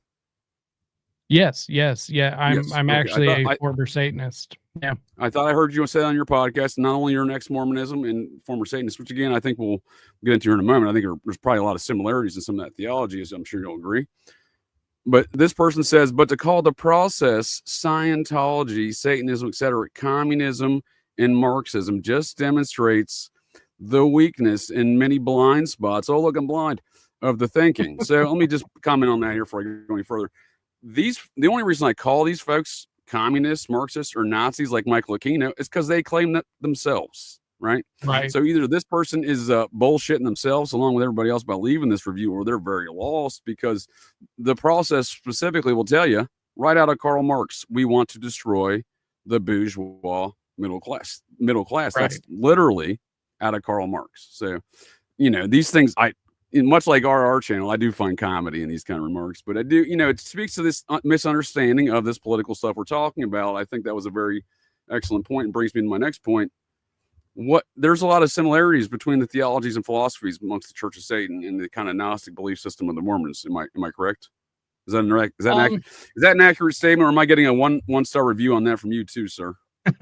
So I don't know if I would say that there's a lot, but there definitely are some.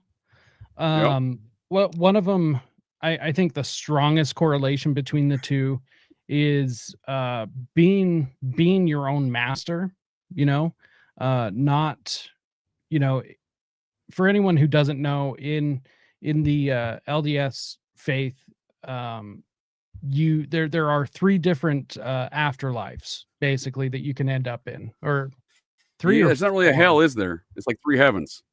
Well, it's like lower forms of heaven. Right. So the idea of hell in the Mormon religion is the absence of God. Okay. So, and then the lowest, which is weird because they teach man is a god, right? Yeah, sort of. Or God was a man. Right. And you get your own planet. Right.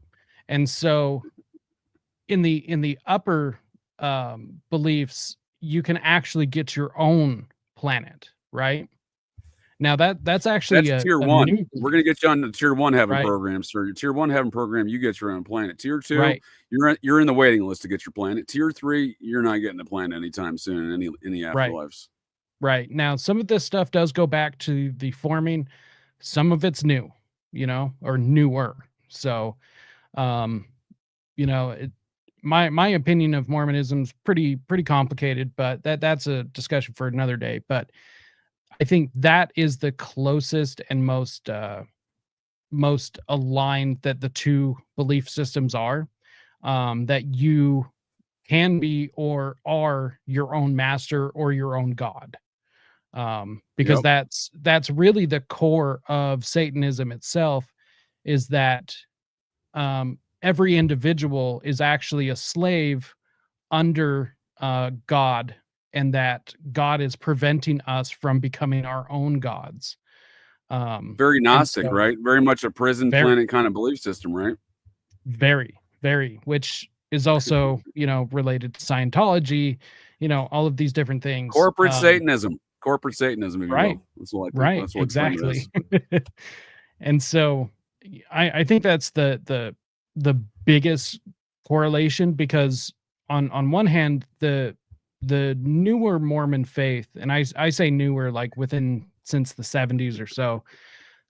So the newer faith within the LDS church is you follow the church leaders. And in fact, there's a doctrine in the Doctrine and Covenants, which was added, I believe, in the 80s or maybe even late 80s, maybe early 90s, to where you follow church leaders, even if they're wrong, because God will understand that you were just trying to do what was right. And that was That kind of is derivative of something, the whole incident with all those bombings in Salt Lake City, right? With the whole right, salamander letter, right? This was they right, kind of came up with some new rules, if you will. right. And actually, there's a lot of Mormons that do not agree with that. Also, there are a lot of Mormons that do. So it's kind of split. There's There's a lot actually of a lot Mormon, of yeah. splinter There's a lot of. groups. Oh, go ahead, sir. Go ahead. Well, just that there's a lot of splinter groups within the LDS religion. It's actually, for being a From, more from moment simple one. belief. What? Yes, yes, sir. From moment one, right? Not even just Right, upon the death. There was folks splintering off before the death, where we started before on right, polygamy with that Nauvoo Legion general. When he got found out for being a polygamist, banging everybody's wives and daughters, right, Joseph Smith threw him out of Nauvoo and threw him out of So obviously, and there was already a contingent of folks that had already been thrown out of Nauvoo. They started their own Mormonism with this new general dude as their leader, right? right, And then he tried to take shortly thereafter, maybe 8 months later, Joseph Smith's murdered. He got murdered in that right. Carthage, Illinois prison by some fellow Freemasons. But again, that's a Society of the Cincinnati tale, if you ask me. And again, he was friends with his attorney was Abraham Lincoln, and his law firm represented Joseph Smith in Interesting. numerous cases. Right? They knew each Just got to other. say, fuck Lincoln right there. I hate that Well, I guy. mean, I got a lot of ideas and a lot of thoughts about Lincoln as well. But the one thing I can say is he seems to have kept America intact from what it was intended. Its purposes were, because we see the Confederate side. And again, that's also, there's a lot of societies, Cincinnati stuff and Right, family feuds there. For example, the Society of the Cincinnati fractured themselves before the Civil War. The South Carolina chapter splintered off. And then we see a year later in 1861, the war begins in Charleston, South Carolina. So those two things shouldn't be separated. All of the officers of both the Union and the Confederacy were all the sons and hereditary members and grandsons, hereditary members of the original members of the society.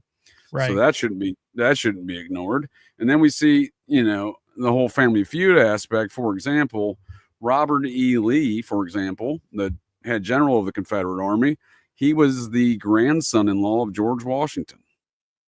Interesting. I So didn't know that.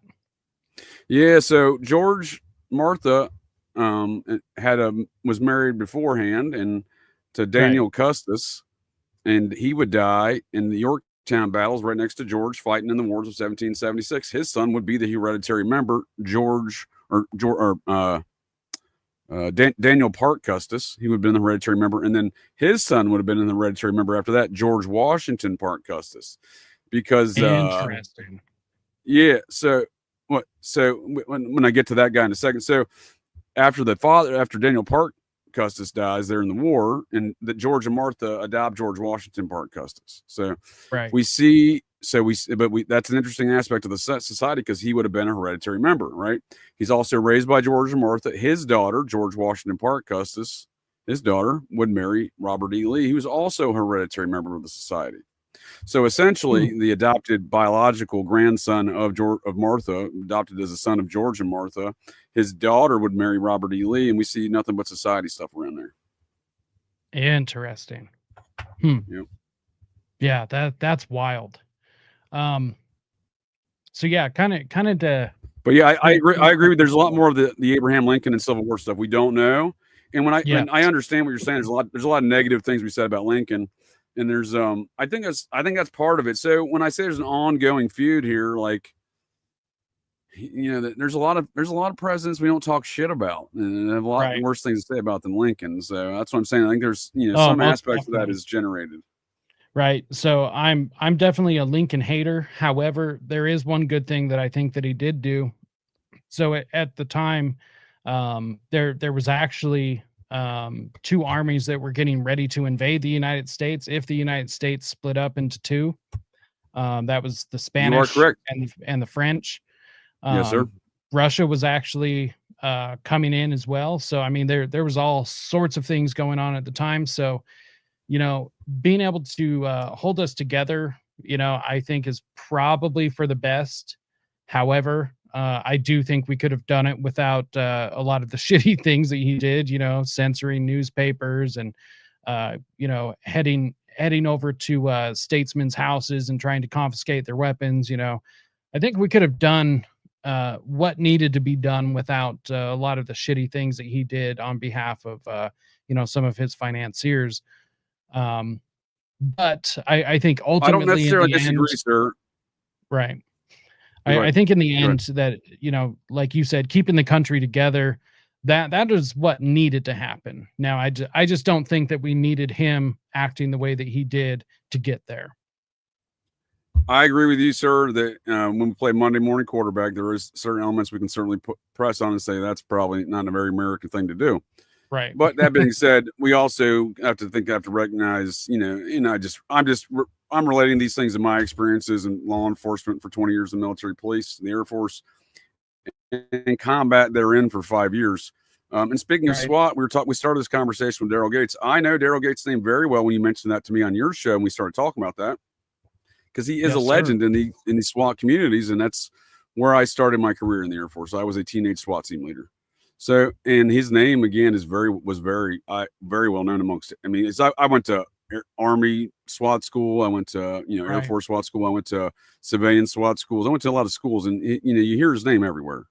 And so that was some, again, blew up my brain hole even learning some of those aspects. But you know, the one thing I will say also in living through some circumstances in combat and SWAT and military police stuff is that you know, again, I'm not saying there's not something we shouldn't say about Lincoln and some of those un-American kind of activities, but you know, we also don't know what he was dealing with at the time. And I still think there's a lot not understood about the whole situation. I would have to agree with that. I'm pretty sure there was a lot of do this or else you get killed kind of a thing, you know, much like a lot of presidents. Well, not only that, again, we're talking about secret society, bloodline feuds dating back again to, you know, the anti-liberty movement wants to side with those crown and European interests, the French armies, the Spanish armies, right? Aaron Burr was his financiers, I think is how you say it, were all European interests of the crown. So, and we see that in his attempt to take over America and again, another matter concerning the society. He was a society member out of New York, and he murdered Alexander Hamilton, murked in 1804 there, right after the Louisiana Purchase, very important precipitating event. And he does that in his attempt to take over America. Now, modern day historians would say that the Burr conspiracy begins after he murks Alexander Hamilton. That's because they don't want to draw attention to the fact that Alexander Hamilton was the president general of the Society of Cincinnati at that time. So if you're going to take over America, you're going to start with murking the president general of the society, and that's what he did. Right.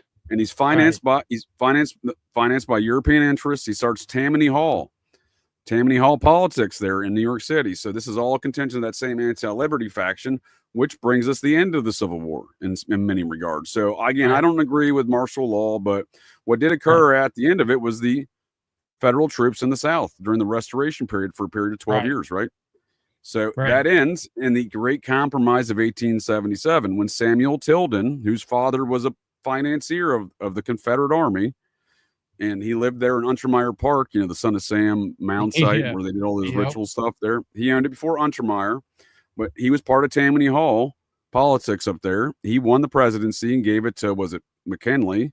and said, we'll give it to the Republicans, McKinley, if you remove the troops from the South. And that's what essentially ended the Civil War and the Restoration period there. But it's all revolved around the same party of politics. And in between those matters, the Tammany Hall faction and the Aaron Burr conspirators would be the focal, would start the power centers of the Confederate Army in politics. So, and also, again, Society Cincinnati stuff, Jefferson Davis, a man who helped start the Smithsonian to study the mounds in America, his father was a member of the Society of Cincinnati, an OG member out of, I believe, Georgia or South Carolina. And his wife was the daughter of Zachary Taylor, another member of the society, President Zachary Taylor, and she was named after General Henry Knox and the man who helped start the society. So we're dealing with a lot of society stuff that we only beginning to understand, I think, a lot of these things. But see, a lot of this makes sense as well, because so one thing that kind of bothers me, I'm not sure how you feel about it, but you know, even within the parapolitical or conspiracy communities, you know, there's definitely misinformation or disinformation as well. I don't always think it's necessarily nefarious when it's done. However, one thing that has always bothered me is the assertion that, you know, the founding fathers were Freemasons. And it's like, well, yeah, but no, because a lot of them, when they were Freemasons, when they practiced and attended lodge, they were over in England. By the time they got here, they weren't. So this Society of Cincinnati thing actually makes a lot of sense, because it's almost like they picked up where they left off with an entire new fraternal organization. Yeah, well, for sure. So that's a good point. So the one thing I say is not all U.S. presidents were Freemasons, but all U.S. presidents were members of the Society of Cincinnati. And on top of that, we look at the matters like you're pointing out, the misconceptions around these early onset of American Freemasonry, for example. George Washington, Freemason, didn't like them, started his own version. He has 13 chapters of that version today, exist still as when it started. I think a few more chapters after, you know, over the years, but one of them is in Salt Lake City at the mothership, near the mothership. That does not surprise me. Now, that's the George Washington Lodge system of Scottish Rite Freemasonry. Now, when we're talking about the American Revolution, the French Revolution is the same revolutions. Again, misconceptions there, because many folks call the French Revolution Bastille Day. That was actually the end of the French Revolution. That was a different revolution that started afterwards. That's the day they murked King Louis and Marie Antoinette and started lopping off their heads and the heads of Society of Cincinnati generals. These matters would stop when Napoleon, member of the Society of Cincinnati, would put a stop to it. She also, Marie Antoinette, never said the whole "let them eat cake" thing. So, you know, that's a common propaganda, right? So these matters of these revolutions. Oh, go ahead, sir. Oh, just that she never said "let them eat cake." You know, is just kind of a interesting way for them to be able to spin this story to make it. To give that message of the oppressed and the oppressors, because that's always the propaganda message that they have to spin. You are spot on, sir. And these matters of the American Revolution, French Revolution did not just include that. As I was saying, General von Steuben there, a Prussian fella. We got Polish folks. We have royal, quote unquote, the royal bloodlines of these folks fighting for liberty in all these European nations, the Swiss. You know, the man who helped bring us that Louisiana Purchase, Albert Gallatin, the Swiss founding father.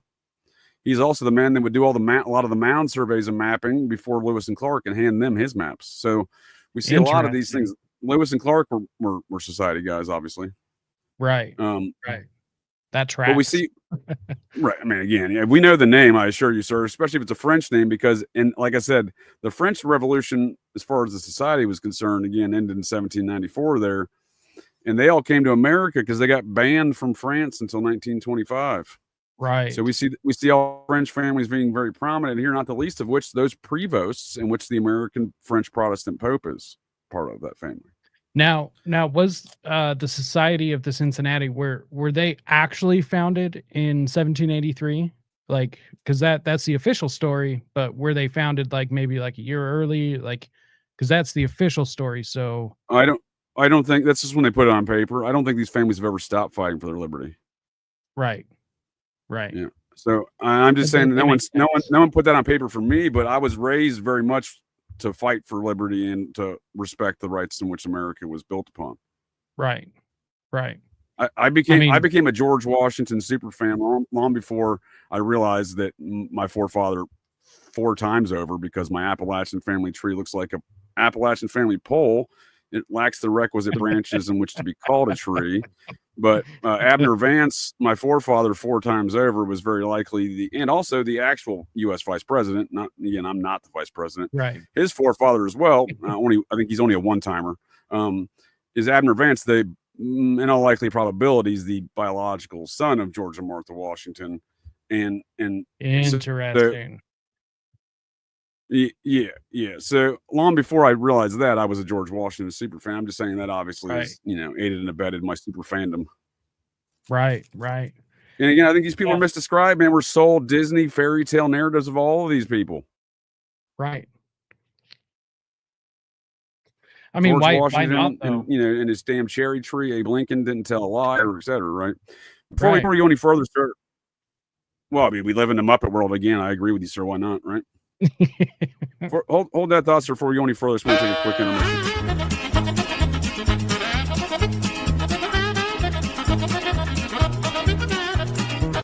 Does crack cocaine make you act any differently? No. Is it safer than alcohol? Probably. People think of crack as being dirty. It's the exact opposite. Cocaine is a hell of a drug. Well, the only difference between crack cocaine and cocaine is sodium bicarbonate and water and heat, literally. That's it. And those things are pretty much free if you go to like a science store. This is free. You can go to your neighborhood convenience store and just get. Anyway, I don't want to tell people how to make crack cocaine, but it literally is a mayonnaise jar, cocaine, and baking soda. Cocaine is a hell of a drug. When you make crack, what you're doing is you're burning off all the impurities so that it combines with the sodium bicarbonate, which makes it smokable. That's all. All of these actors and, people in the past that talked about they had a problem with cocaine and freebasing. They were smoking crack. Cocaine is a hell of a drug. Anyway, my point about it, your point about it, which I think is true, is that there's a thing about crack. Cocaine is a hell of a drug.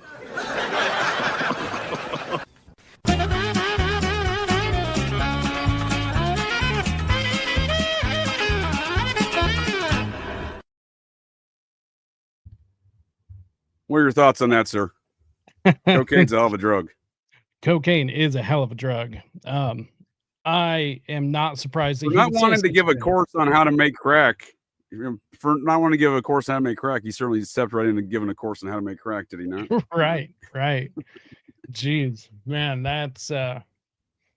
If you want to talk about how good crack is, just look at him in his life. That's dude. We as the American public, speaking of propaganda, we as the American public, dude, he said he was going to run for president, and then he gave that interview, dude. And that's what I'm saying. We as the American public don't understand. Yeah, because these people are fucking morons, dude. Especially that. I mean, that one in particular. These people, the DC in general, the general idea that anyone that's there on merit should be thrown out the window immediately. These people are the most dumb and depraved individuals that folks can find in our society, and then they put them in there, and I've seen it. Right. That's a good example right there of what I'm that's not an outlier, dude. There's a well-hidden, well-oiled machine to hide these things of matters such as that. And for example, most folks in America don't realize, despite all of the propaganda, right, and all these media reports, that dude was on his Air Force aircraft with his father for over 400 business trips to foreign nations, even though his father didn't know anything, right? But these matters are I assure you, sir, these matters are documented. I know this for my own 2 eyes. For example, 10 years ago, I was the superintendent of security for Andrews Air Force Base, where all of those Air Force operations fly off. So every time they got on a plane I saw that shit. So or my troops didn't, either or, but nonetheless. And before that, I was involved in manpower and stuff at headquarters for military police. And all those aircraft, even when Hunter Biden's going to jerk off some CCP folks over there in Beijing, there are Air Force military police folks on every Air Force aircraft that goes overseas to guard the aircraft, not the people. So right. You start asking a lot of those questions, sir, you find yourself counting fucking aircraft out on Andrew's flight line. But nonetheless, there's a lot of criminality amongst this whole culture that folks don't understand. They are all that dumb. They are all that dumb to say, I don't want to give a course on how to make crack. And again, that dude's not in jail right now today. It speaks to their connections to the DuPont family, the French chapter of the Society of Cincinnati. And I would argue that particular wing is part of the anti-liberty movement, but E.I. DuPont would try to help King Louis and Marie Antoinette escape on that day in what folks call Bastille Day regions there in 1794. And he escaped to America. E.I. DuPont did. He was a young lieutenant in the French chapter then, but he's the progenitor to the DuPont family, who have one wing of that has supported is deeply supported the Biden operations. And that wing of the DuPonts have a lot of kid diddling situations going on. Also a family that has poisoned the entire planet through. You ain't kidding, sir. Through, all of their chemical production, especially the production of Teflon, which I think it's PFOAs. I believe that you can literally find traces of PFOAs in literally every person on the planet at this point because of the things that they've created, particularly in the Midwest, over in Ohio, Illinois, these places where they have a lot of their main plants. West Virginia. Yep. Yes, sir. Yep. There's a wonderful documentary about that. I believe it's called Dark Waters.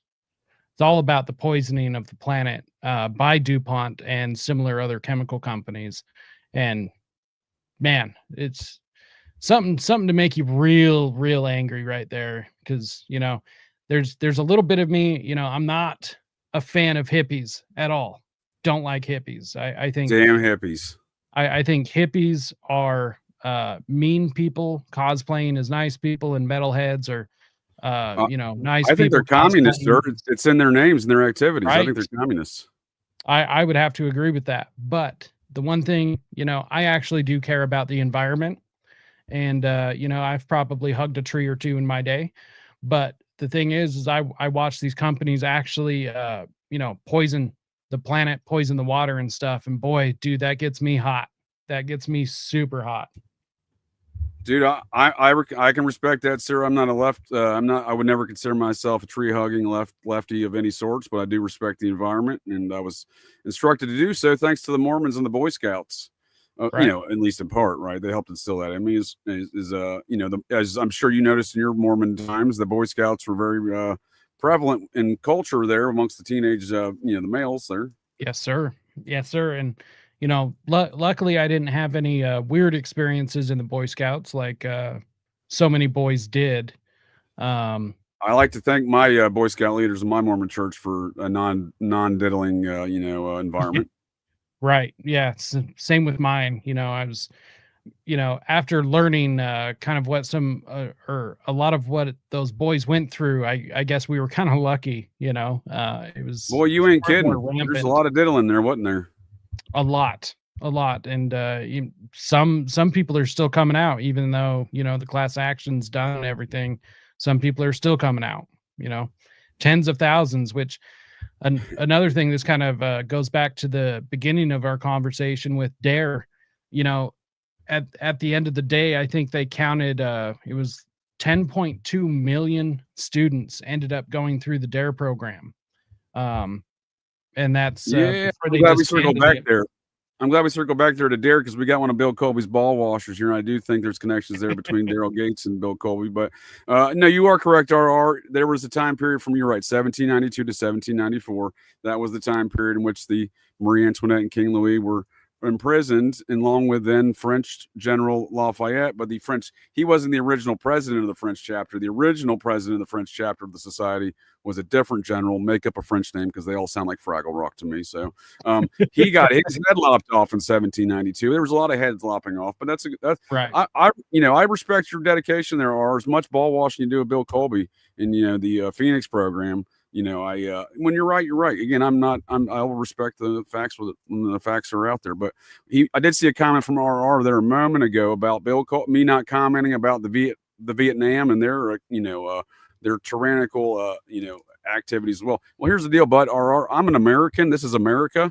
So I give a shit about what America does and the impact it has. And because here's the deal. When you go murk 32,000 women and children in Southeast Asia via the Phoenix program, and you terrorize them through psychological operations of weaponized folklore and religion, courtesy of old Muppet Mikey Aquino, well, that's going to have some repercussions. That's going to have some repercussions. Yes, sir. And, the whole Vietnam thing, man, that was just a mess, because I do agree, the Vietnamese were definitely doing some terrible things to us, but considering we started the whole war over, drugs, over the control of the heroin in that region. Well, that's certainly a big part of it. Same with the rubber. So we didn't take it that most of the rubber is being manufactured there. So again, we go back to that French chapter. So that's a French corporation. They have ties to the French chapter of the Society of Cincinnati. So again, there's a lot of things we don't, and again, I'm not saying everybody within these organizations is guilty of anything, but there are factions, and they do clearly have factions that and rules to not include the outsiders, if you will, I think as well. But we do all see all these Nazi things. So I think when we see the worldwide deployment of the Nazi regime of the Fourth Reich, the Viet fucking Nam War, sir, is just the next evolution in that, and how they're going to keep evolving their operations, right? And we see all these same characters, and we live in a Muppet world. And this guy's not actually a Muppet, though. Kermit Roosevelt Jr., he was one of those OSS guys, important Nazis in this country. He was the son of Teddy Roosevelt. That ain't the only thing he was. Speaking of all roads leading to society, Lee Harvey Oswald's third great-grandfather, a Major Joseph Oswald, out of the Society of the Cincinnati chapter in Georgia. Joseph Oswald's second great-grandson, Theodore Roosevelt. His third great-grandson, Kermit, number 2 here, I guess. So my point being here is a lot of these matters we don't understand. They involve family feuds and disputes. The secret society that started America and runs it today. And also this guy's not, I confirm he's not a Muppet, despite being named after one. Somebody in the chat, Jim Henson, tried to warn us. Yep, exactly. Isn't that wild though? So let's ruminate on that real quick before we I want to get back to Daryl Gates. I'm glad you brought that back up. So we have a circumstance where Lee Harvey Oswald's father is very likely the hereditary member of Joseph Oswald in the secret society that started America and runs it today, the Society of the Cincinnati. That man's third cousin. That man's third cousin. Lee Harvey Oswald's dad's third cousin. They have the same second great-grandfather, Joseph Oswald, was Teddy Roosevelt. So you have Teddy Roosevelt, who's a member of the Society of the Cincinnati, but he's a honorary member, meaning he's a member by virtue of being president. He doesn't get to pass it down to Kermit, the Muppet, right? Right. But his third cousin Oswald does. So do you see where this might create some beefs, right? Some disputes. Right. On above their ideological factions, right? On above their anti-liberty factions, etc. There are other disputes. Again, I think that they go like that. I can give you another example, but I'll close it out here with us after we talk some more Daryl Gates on these matters here. I'll get back to another one to close out the conversation. Of course. So one thing that I think is really interesting, kind of where I left off with Daryl Gates. So the California Supreme Court basically told him, yeah, you can't be doing this, dude. You can't. This is insane. And of course he got pissed at that. They told him that he had to destroy all it was 1.2 million dossiers that he had collected over a period, I believe 10 or 11 years. And basically what Daryl Gates did is kind of a baller move, although he's an asshole. He went into the Supreme Court and basically told them what he was going to do. And he said, yeah, instead of destroying all these dossiers, what I'm actually going to do is just sell them to a private organization. Oh, that seems reasonable. Right. So the Supreme Court of California turned around and said, Yeah, sure. Okay, that sounds good. So he sold them to a Nice. organization called the Western Goals Foundation. The Western Goals Foundation is a private domestic intelligence agency that was active in the United States, founded in 1979 by Major General John K. Singlob, I believe is how you pronounce his name. Oh, John Singlob, another Iran Contra Yes. member, right? Yes, sir. The publisher and so the people that founded it, Singlob, the publisher and spy, John H. Rees, and Congressman Larry McDonald. Oh shit! Good old Larry McDonald, Mr. Tap Yes, his sir. foot for some queer stuff in the Minnesota airport bathroom. You know, he's also from that old state of Yes. Idaho, what I like to call Satan's butthole. Idaho. Yes, sir. Yes, sir. So, as a private foundation, I mean, the Western Goals just collected information about alleged subversives and passed information to law enforcement. They were basically dubbed a mini deep state. Is basically what they were named because of the way they operated. That's probably an apt description, sir. But if we let's focus on this though. This man was not only involved in Iran Contra, he's a founding member of the CIA and the former high-ranking decorated officer of the OSS. So again, these are the folks that brought the Nazis here, right? Right. Same pattern. And so this is who basically got all of those dossiers. This is who Daryl Gates teamed up with, basically, and this organization is who Western Goals Foundation is who basically took over Daryl Gates's police officers in school program. And then what ended up happening is this organization officially went defunct in 86. Well, what happened in 86 was the beginning of the DARE program. There you go, sir. So that's where all of when this you brought started. this to my attention, that is such an intriguing throughput with the same, you know, again, Colby comes from that same OSS importation of those same Nazis. But again, these implicate and again, he learns the shit from Singlob and shit. That would be a mentor to Colby, but essentially they're all derivative of the same programs. He's what I like to call Colby's queers, not a commentary on their sexual proclivities, even though, like, look at Michael Aquino, you do the math, right? But the strange and anomalous nature in which the impact they've had on our nation, on America. And look at this one. This is a great example. You got direct money laundering campaigns of the same network of the Nazi fuckers imported them. The Colby's queer fuckers bringing the stuff home, and they're going to import all that into our schools. Well, that's very generous and kind of them. Right.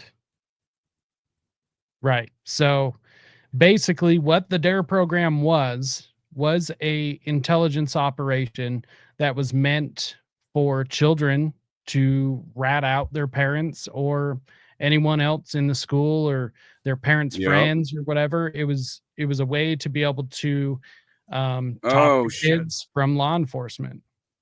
Good. I apologize. Yes, no, you're correct, sir. I was saying, oh shit, because I said oh shit because RR channel's correcting me, and you know, life's really in the dumps when RR channel's giving you the facts and you correcting me. But you're right. Larry McDonald was the one that had the mysterious flight death, right? I was thinking of Larry Craig. Different Larrys. Hey, it happens. Know your Larry. You know, as a JJ, I gotta tell myself, know your Larrys.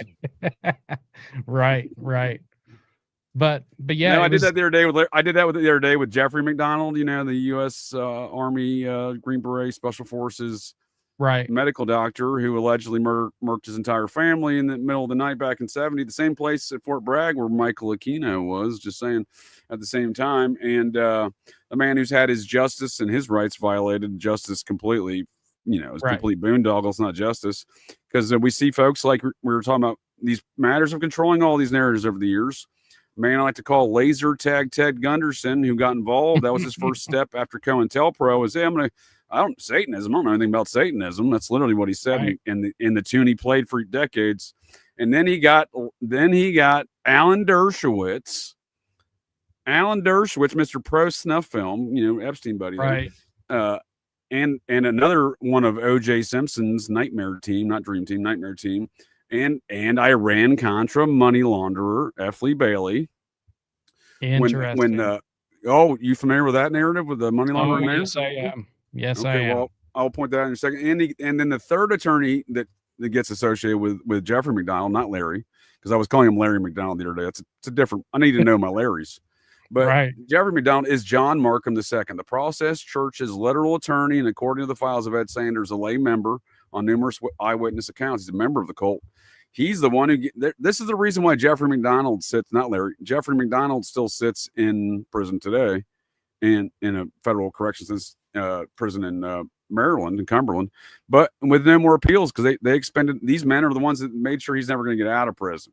And then John Markham II would later get Leslie Van Houten, convicted Manson family murderer, out on parole. So these are the matters we're up against, and these matters of controlled narratives, like that, right. And then propaganda, right? And for those folks of the interwebs that are not familiar with laser tag Ted Gunderson, let me help you out with that one.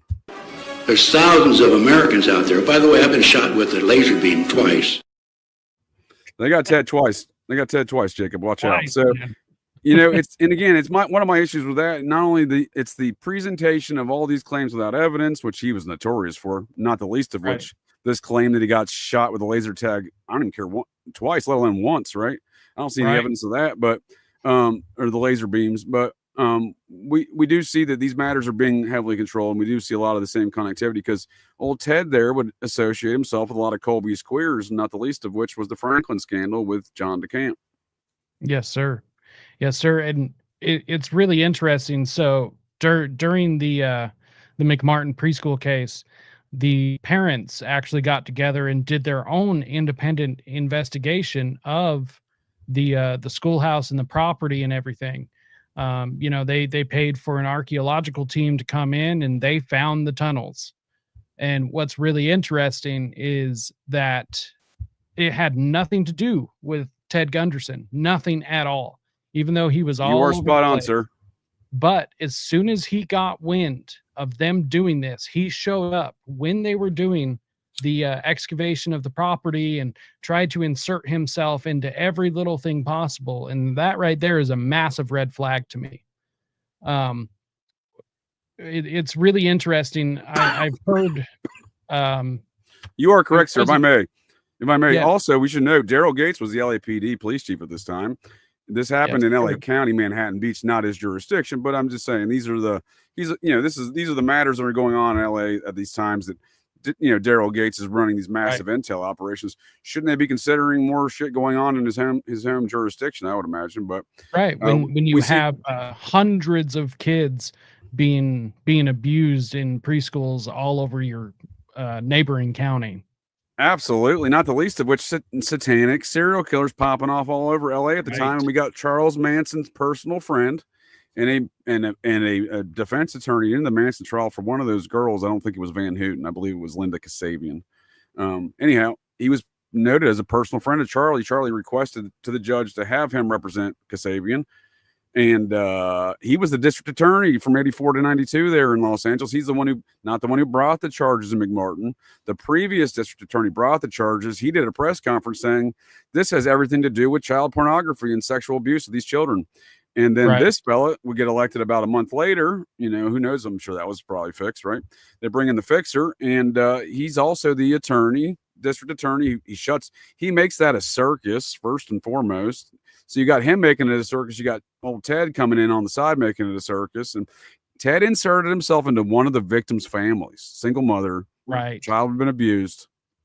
Jackie McGauley, nothing nice to say about Ted. You're right. She's one of the parents that hired the UCLA archaeological team to survey the site, and then Ted brought parents with shovels in the LA Times to make a big spectacle of it 2 days before the actual site was supposed to be surveyed. And this was during the second time they brought charges because this man right here was forced to bring charges.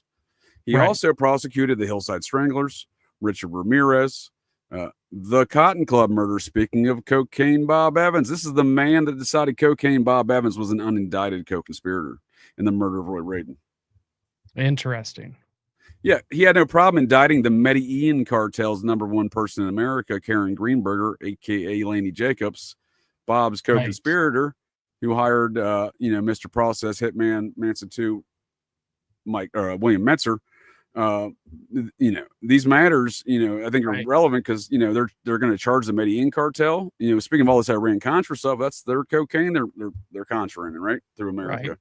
And he charges the head of that cartel, but he, in America, they're top person in America, but lets Cocaine Bob walk. That should say a lot about who Cocaine Bob is and his power. Right. William Menser, I believe he was actually connected to Ted Bundy as well. Supposedly there was a connection with some sort of satanic cult where they were actually killing alongside each other, or at least that's what he said when he was in prison. No, I believe there's a lot to those matters, sir, because here's another fun fact, and this is a plug for Operation GCD and an Operation GCD Sundays I got coming up in a few weeks. Not only is Sharon Tate and Polanski involved in the RFK 1968 presidential campaign in Los Angeles, where he's later murdered by the process et al. There in the Ambassador Hotel, and he had dinner with Tate and Polanski the night before in Malibu at a campaign dinner. At either John Frankenheimer's house or Peter Lawford's house. I'm willing to go to either one, but both of them lived in Malibu. There are disputes about the location. Either way, they were present. And then we see two other satanic serial killers on the 1968 presidential campaign of RFK in Los Angeles, one of which was their top campaigner. He got an award for it. And check this out. And do you know who was in charge of the investigation with RFK? When he was murdered? I actually don't know that. Daryl Gates. Get out of here, dude. Yes, it was Daryl Gates, and he was the reason why a lot of the evidence, including I believe there was like hundreds of pictures that were taken, from photographers that were there for all sorts of different media outlets, were mysteriously gone. It's because he destroyed them all. So Daryl Gates. That's wild, dude. That's what I was saying. That's what I was saying about what his service was. I actually looked it up. He served on the USS Alt in the U.S. Navy during World War II. Who did he report to?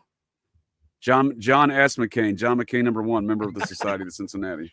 Oh, geez, you can't write this stuff. No kidding. And here's another fun fact regarding Mark Furman. So Mark Furman fits well within this LAPD national security enterprise of Daryl Gates, and worked for Daryl Gates most of his career. So he and again, we see this throughput of all these national security hood rat shit stuff popping off in Los Angeles with the same core group of individuals. For example, the first individual on scene at the Tate Polanski house was a fellow by the name of Richard Wally. One of the second or third individual on scene was a man by the name of Philip Van Adder. Philip Van Adder would be the man who arrests Roman Polanski when he becomes robbery homicide in 1976. Arrests Roman Polanski for the rape of that 13-year-old on the couch of Jack Nicholson's house, along with his other process buddies, Marlon Brando and Cocaine Bob and gang and whatever. But nonetheless, we see Polanski's the one arresting him there. Van Adder. We see Van Adder's the head of the Orenthal James Simpson case, which has everything to do with Iran-Contra drug operations. And that's why we see Bill Colby's son. Here you go, our channel. Bill Colby's son, Carl Colby, is one of the chief witnesses against Orenthal James Simpson. Right. So we see him. We see Van Adder, the one planting the evidence in that case, along with Furman. Now, Furman served on he was a Marine Corps MP in the early 70s, serving on ships transporting Bill Colby's queers from Philippines back to America on numerous occasions. So, not the least of which, they were also picking up all those Apollo missions in the oceans. When they fly back from the moon, they got to land in the ocean.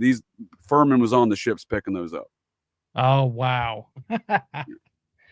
Jeez. So we see this throughput of these characters, and again, it's not shocking that Daryl Gates was involved in that Sirhan stuff, sir. I did not know that. I appreciate you bringing it to my attention. Yeah, that's actually what really got him noticed, from being just like an officer on the beat, and what got him moved up is because he was willing to do things other officers were not. That was his Polanski memo. That's what got Van Adder moved up. So here's another fun fact about the Orenthal James Simpson case. Aside from the fact that no one called 911 for an hour and a half, despite everyone hearing this murder, that's the story. How the story goes. There was over 13 eyewitnesses of it, but somehow the police said, "Oh, we didn't get a call for an hour and a half." And when they got there, the first officer on scene, Richard Wally, the same guy as the first officer on scene at the Tate Polanski house. Right. Wow. So- What a coincidence. Shocker, right? Jeez. It's almost like these people do this for a living. You know? It's like they're really, really well trained at doing a lot of this super shady shit. Yeah, it's a hood rat shit network, right? They all do hood rat shit, and they're all very good at working with each other, covering up, etc. And it all seems to Right. focus around Bill Colby's programs Come Home. Right. Right. So that's a great question. Thank you, Rosemary, isn't the armed occupation by Fed troops Trump suspending habeas corpus? And again, that's one of my beefs with Lincoln as well, sir. So I don't necessarily disagree with the negative aspect of these things, but this is Right. again what I meant also by the Monday morning quarterback is and waiting for the dust to settle, because we don't really know what the fuck's going on here. What I can tell you though is a number of this place has gotten, with this RR channel character, this AI CIA ball washer, Bill Colby. Again, I'm obviously joking. He's got a sense of humor. I appreciate his dedication, despite not agreeing on anything he says, because he's clearly way off base. But objectively speaking, what I'm saying here is we've been inundated with propaganda on all these matters here in America. There's obviously a lot of things going on impacting, the future and liberty therein. And we don't know what they're up against right now. And I'm not trying to ball wash Donald Trump or advocate martial law. What I am saying is, let's say you're an opposing force to America and you know that folks want to uphold American values. What would be the first thing you would do? Try to push them over that line, right? Right. How many cities in the U.S. have to burn before we start doing anything about it? Right. So I'm on the fence, but I don't like it. You know what I mean? But I also don't like cities burning like they did back in the Summer of Love and, celebrating the life and times of our Lord and Savior, St. George Floyd. I don't like to see these things go on here in America. Right. So I always like to point out, I actually did an interview with a doctor on my channel. Her name's Dr. Carol Lieberman. It was definitely an odd interview. I appreciate her time, but I probably won't have her back. She was definitely nice though. However, she when she came on, the intro to my channel it's all MK Ultra related and has a lot of references to Jolly West. And oh, nice. Okay. When we started, she brought that up and she told me that she actually studied under Jolly West at UCLA. And of course, I was all over this. It's like, yes, tell me more, and she had zero clue with his connection to MK Ultra. And she was shocked. She had no clue. And no at shit. The time, okay. Right. And at the time, I started thinking, because I was just reading more about him, before I did that interview. And this is always something to keep in mind with all of these people, is that to some, Jolly West was just a normal guy. Like, he wasn't anything. He didn't brag about his connections. And a lot of these people don't. A lot of these people go home to their families, kiss their wife, eat dinner, take their shoes off and fall asleep in a rocking chair watching a football game or like whatever, like people are insanely complicated, even these like really terrible people. So there's a lot of people that speak really highly of Jolly West because they knew him from studying under him, or they worked with him at the college or something. But behind closed doors, this man was a monster.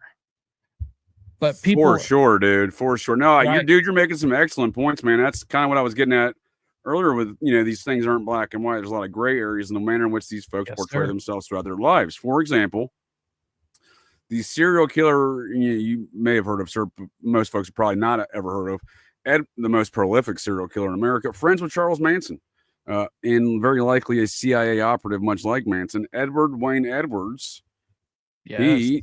No one would ever, there's not a single person in his life outside of his immediate family that ever had a negative thing to say about Ed, because he would never portray an image like that to anybody. Right. He was a fucking, not only was a monster, he was a monster of literally, dude, the most heinous and most prolific serial killer that we have the slightest understanding of. We don't even have an understanding of that understanding. It's a known, but we also have an unknown known that we don't know enough about that known. I like to think, and when I'm talking about psychopaths, I like to consider the mind of a psychopath, sir. If I may just introduce what I'm talking about. As we know, there are known knowns. There are things we know we know. We also know there are known unknowns. That is to say, we know there are some things we do not know. But there are also unknown unknowns. The ones we don't know, we don't. I mean, that psycho, old Donnie Rumsfeld there makes a lot of good points. And again, what you're saying, again, sir, I think is great because it's, again, is that gray area. And speaking of some other things relative to RFK, his buddy, one of his BFFs, and apparently a secret CIA agent the entire time he was U.S. congressman, a man named Allard Lowenstein, who himself was murked by a mind control assassin in his office in 1980. He was with RFK in the Ambassador Hotel in Los Angeles in 68, BFFs with Donnie there from Congress. And when Lowenstein went back to his home office there in Long Island, the staffer that picked him up, member of the Process Church. Just saying, these things are relevant in these matters. That, you know, that Marxist organization is very, you know, professedly saying and devoutly saying they want to eradicate the bourgeois middle class. Look around. You know what I mean? Look around. Do we have a middle class anymore? I think that's what I'm saying. There's no arguments about fighting communism. They don't go anywhere with me, sir, because I look around, that's all I see are these same, you can call it again, Marxism, communism, socialism. You know, I don't get lost in the semantics. Speaking of the Church of Satan, Michael Aquino wrote in his autobiography of the Church of Satan in a letter with LaVey how they wish everyone to get involved in a battle of semantics when describing the characteristics and activities of their organization. No, 100%. 100%. They want to get you lost in the weeds. Yeah, I think you can apply that. I think that's a good concept to apply across the spectrum, is realizing these Nazi Satanist bastards, their words, not mine, both of them devout and Nazi Satanists. They want to deceive folks and then ensure folks are arguing about semantics rather than actually describe their activities. Right. Well, and if they get you into the semantics, then they can usually get you frustrated. And once you're frustrated, you slip up. So that's one of the easiest ways for them to throw you off. So if I may, sir, go ahead. No, go ahead. I was just going to say that this is something when I'm talking to people about debate tactics, always just stay on topic, period. Don't get into the minutia. Always stay on the exact topic, because otherwise they will get you into the weeds. And, you know, I'm one of these people that like to argue online occasionally, especially on Twitter. And, you know, that's one of those things that I have to do, because otherwise, you know, we'll have threads just going on and on and on. But if you stay on topic, you can tell these people will give up really, really quick if they're trying to get you into the weeds. No, dude, that is, again, I think that is much like Aquino and LaVey's site. That is their professed goals. So, right. And deception is their mode of operations. That is one of their key concepts, core concepts. So if I may circle us back there to Los Angeles, though, as we were talking about Daryl Gates, this all this Iran-Contra, DARE stuff, etc. Charlie Manson's friends, satanic serial killers like Richard Ramirez, who got a one-on-one meeting with Anton LaVey prior to his terror spree of satanic murder in Los Angeles County. And he learned to murder. This one's for our channel. Richard learned how to murder from his cousin and guardian, a Phoenix program assassin. Yes, sir.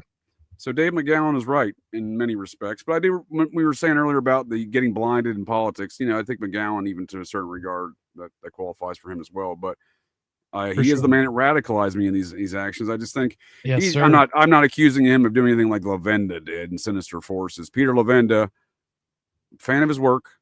I recognize the fact he's a Thelemite. He did so live on Discovery Investigation Discovery TV doing a thelemic ritual. But I think he's part of the Typhonian Order. Him and his buddy John Podesta, they go back to the 70s together. Right. So anyhow, but when I enjoyed Sinister Forces, don't get me wrong, but when he came at me in Sinister Forces Volume 3 with like a Shyamalan twist, blaming it all on the Republicans, I'm like, that's it. I'm having none of this. But that's what you were saying before about getting folks getting blinded. I think his blinding is a little bit more intentional, but you know, it is you know, it is certainly a shortfall in any respect. I have shortfalls in these respects too. I try to be objective about them as much as possible, but it is matters that do impact all these things. But when we see all of these matters circling back to, again, these programs being brought home, though, right? I mean, I think there's something to be said about that regarding the propaganda and our lack of understanding and the impact this has had on our culture. Yes, sir. Bill Colby, by the way, sir, third great grandfather, Captain Colby from the Massachusetts chapter of the Society of Cincinnati. Interesting. Like I said, it just seems like they're everywhere. They are. They're everywhere. So if go ahead, sir. I was going to bring us back to LA, but please continue. Just real quick, that anytime I see that left-right division, it's the same propaganda technique. It's the same mind control. Because the most basic form of mind control is repetition. Period. And when I hear the same things over and over and over again, left, right, poor, rich, black, white, doesn't matter. It's us versus them, making an enemy out of one and a victim out of another. I just kind of got to take off my rose-colored glasses when it comes to that, because that right there, you can still get some good information. Like David McGowan, I'm with you. He radicalized me on a lot of this stuff. I love his work. I keep his books right over here in my stack, and I refer to his work a lot. For sure. However, I do see his blind spot with the left right. Same with Douglas Valentine. I see the left right, and I don't think it's necessarily wrong, but it's when you've got that blinder on of, oh, this was the right doing it, and then you have that blinder of the left, like you just leave them out, or you think they don't do anything wrong. And I think part of that comes from 90s culture, if I may, sir. I think part of that came from 90s culture, where a lot of these folks, obviously McGowan and Valentine, that's obviously they're writing books, they're doing research during that time. Right. All of conspiracy culture in the 90s was all very left. Right. Yeah. And I think, I say that you get your right wingers and stuff. And again, I don't want to get into this whole argument whether or not white nationalists, right winger, Aryan nation fuckers, those Nazis are right wingers or left wingers, because it's in the name if you ask me. But and it's the authoritative control again. But if you ask me, that's all lefty stuff. But again, they call themselves right wingers. People do get lost in these things. I try not to, But I agree with what you're saying though. There is a certain aspect of this that weighs in folks' perspectives, right? It impacts their the lens in which they view the world through. Yeah, and to me, it literally just comes down to liberty or slavery. Those are the two sides that I see. You're either for freedom or against freedom. And I realize I just went on, this diatribe about, don't cut it into a two-system view, but it really is like you're either for the freedom of humanity or you want them enslaved. I agree, sir. I agree. In fact, I'm a big proponent of the views of George Washington's views on politics. He was anti-politics, anti any kind of politics, let alone two parties. And he, in fact, predicted the circumstances we're in today in 1796 by saying that if you do institute these parties, they will be used by unscrupulous men in which to wage control and tyranny across the nation, essentially, right? Yes, sir. His farewell speech was amazing. Yep. Absolutely. He thought he was Cincinnatus, the man in which the Society of Cincinnati is based off of. He was a general in the Roman Republic, not the Rome we know now, but the Roman Republic that preceded it. And he fought for the rights of the Republic, came out of retirement the second time as a general and did it. The same thing Washington did. He retired, came back as president. He viewed himself as a reincarnation of Cincinnatus. And you can see that in his farewell speeches where he's talking about giving power back to the people. And if you want to get real weird, Steve Bannon has been going around America telling everybody Trump's the modern day Cincinnati for the last couple of years. Really? That's one person I don't really pay a whole lot of attention to, although it seems like he keeps coming up. Office of Navy Intelligence. I did know that. I did know that. Dude, he's an interesting character. He's one of my favorites. Yeah. Well, and there's some weird connections to him and our vice president, the actual vice president, not you. You could just say everything. You could just say it's weird connections to Steve Bannon's the where's ball of conspiracy culture and parapolitics. Right. And I never really gave him much thought until I just started seeing his name pop up everywhere. Yeah, dude, him- he's a master of disguise. That Steve Bannon. He lays in Right. the shadows, looking like a slob, but wields an insurmountable amount of insurmountable amount of power. Yes. Yeah, him and the other person that always shocked me was General Flynn. Which Oh, yeah, Kino's buddy. yes. The guy also involved in trafficking, but also leading like this Q charge to, Well, that's save the kids. That's Aquino, right? That's Aquino. Right. So you got Aquino's old boss and co-author of Psyops to Mind War, General Paul Valle. I like to call him QAnon General, and he's again really closely associated with Flynn. But so is Aquino. So Aquino, I haven't really I do my Operation GCD Thursdays. I do the Anatomy of the Satanic Panic, and I like to do these 6 Degrees games. One, because actor Kevin Bacon asked for a new Patsy, and I like to do a Make-A-Wish for him, help him out. 2, because it helps understand the environment. Things don't happen in a vacuum. These folks come from places, and the environment they operate in is going to be very telling, and the folks they associate with. And when you look at stuff like what Aquino does and the folks he associates with, it gets very, very interesting. And his wife, his second wife, Lilith, not the Mormon one, the second wife, Lilith, there, the one he started the Temple of Set with, she would be best friends and claim to be sisters, although I can't find any evidence of that being sisters, with Colonel John Alexander's wife, who was the head of the non-lethal weapon stuff wrapped up in all the alien nonsense. Right. Really good friends with General Flynn. Really good friends with General Flynn and General Arthur Stubblebine, who brought us the psychological, the remote viewings, the men who stare at ghosts, the jackass who tries to run through the wall. Right.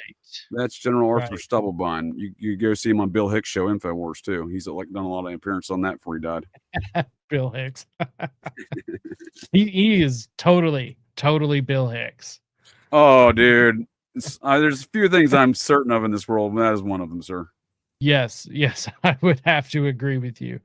I mean, and also, what the hell is up with him lately? Like, it seems like a body double or something, because, man, he just I thought you were talking about the PG-13 gay porn conspiracy porn that he filmed with that one fella, the tall fella.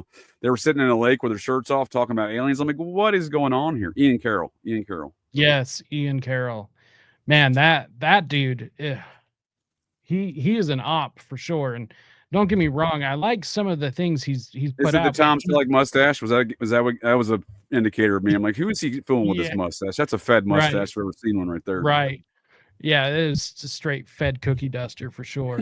he I like some of the things he's put out, but to me, he's very guaranteed he is a Ted Gunderson type. There you go, sir. There you go, sir. Information agent, puts out good work and then puts out some bad work, and you just got to try and decipher what it is. And there you go. That's it. I think that's what Tucker Carlson is on these days. A straight information agent. It just. You're spot on, dude. I get into these disputes all the time because I like to talk shit about old laser tag Ted, who, by the way, I do believe these rumors. I have yet to substantiate them, concretely, but it has been long rumored. I found these through discussion boards dating back to the early aughts that old Ted was shacking up with LaVey's first wife, the co-founder of the Church of Satan. Oh, who really? Makes a lot of sense. She was a PI and a handwriting expert in Las Vegas at the same time Ted was a Las Vegas PI. Interesting. Yeah. Wow. So, okay. And speaking back to that McMartin situation, Jackie McGauley, that victim's mother that he fucking leached off of and inserted himself in to fucking violate that case and that family. She would say that she would report that for the 2.5 years that he mooched off her and lived at her house there in the late 80s, he talked to Michael Aquino every day. Interesting. I think I remember you mentioning that on your show about the on your Thursday show.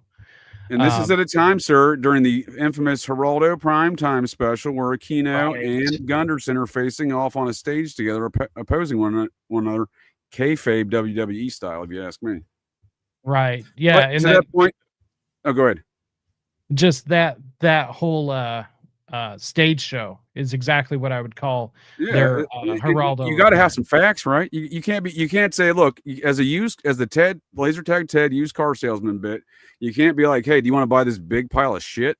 You know what I mean? You got to have some facts. So you make some good points. They get you down a trail. There's a fellow on the interwebs right now. He's been inserting himself in the Idaho situation. He's been a shit coder of Ted Gunderson, styles for many years on the interwebs, dating back to the fake bombing incident hoax that he ran on somebody along with a paid FBI informant by the name of Okie Marshall Richards, a man from West Virginia. That man provides that state of disservice, West by God, Virginia. But Okie Marshall Richards and a fellow by the name of George Webb. And this dude, they instituted this fake bombing hoax. I put it on somebody back in 2017, and he's been going around shit coding all sorts of matters. I've been tracking this shit for years, but he's been inserting himself in the Idaho situation. I find very intriguing because what he's doing there. But for example, this is a good one. He walked into Comet Pizza in November of 2017 and said, "Oh shit," or 2016, at the height of the Comet Pizza business. Right. So I just talked. He comes outside on his video. He's on the ground, street reporter. So I just talked to the owner, James Elefantis. He's a good CIA guy. He's just running guns, no drugs, no kids. I'm like, is this guy fucking serious right now? Is this really happening? A good CIA guy, no guns or no drugs, no kids. He's a good CIA guy. He's not doing the kids, just the guns and not the drugs. Yeah, no right. Kids.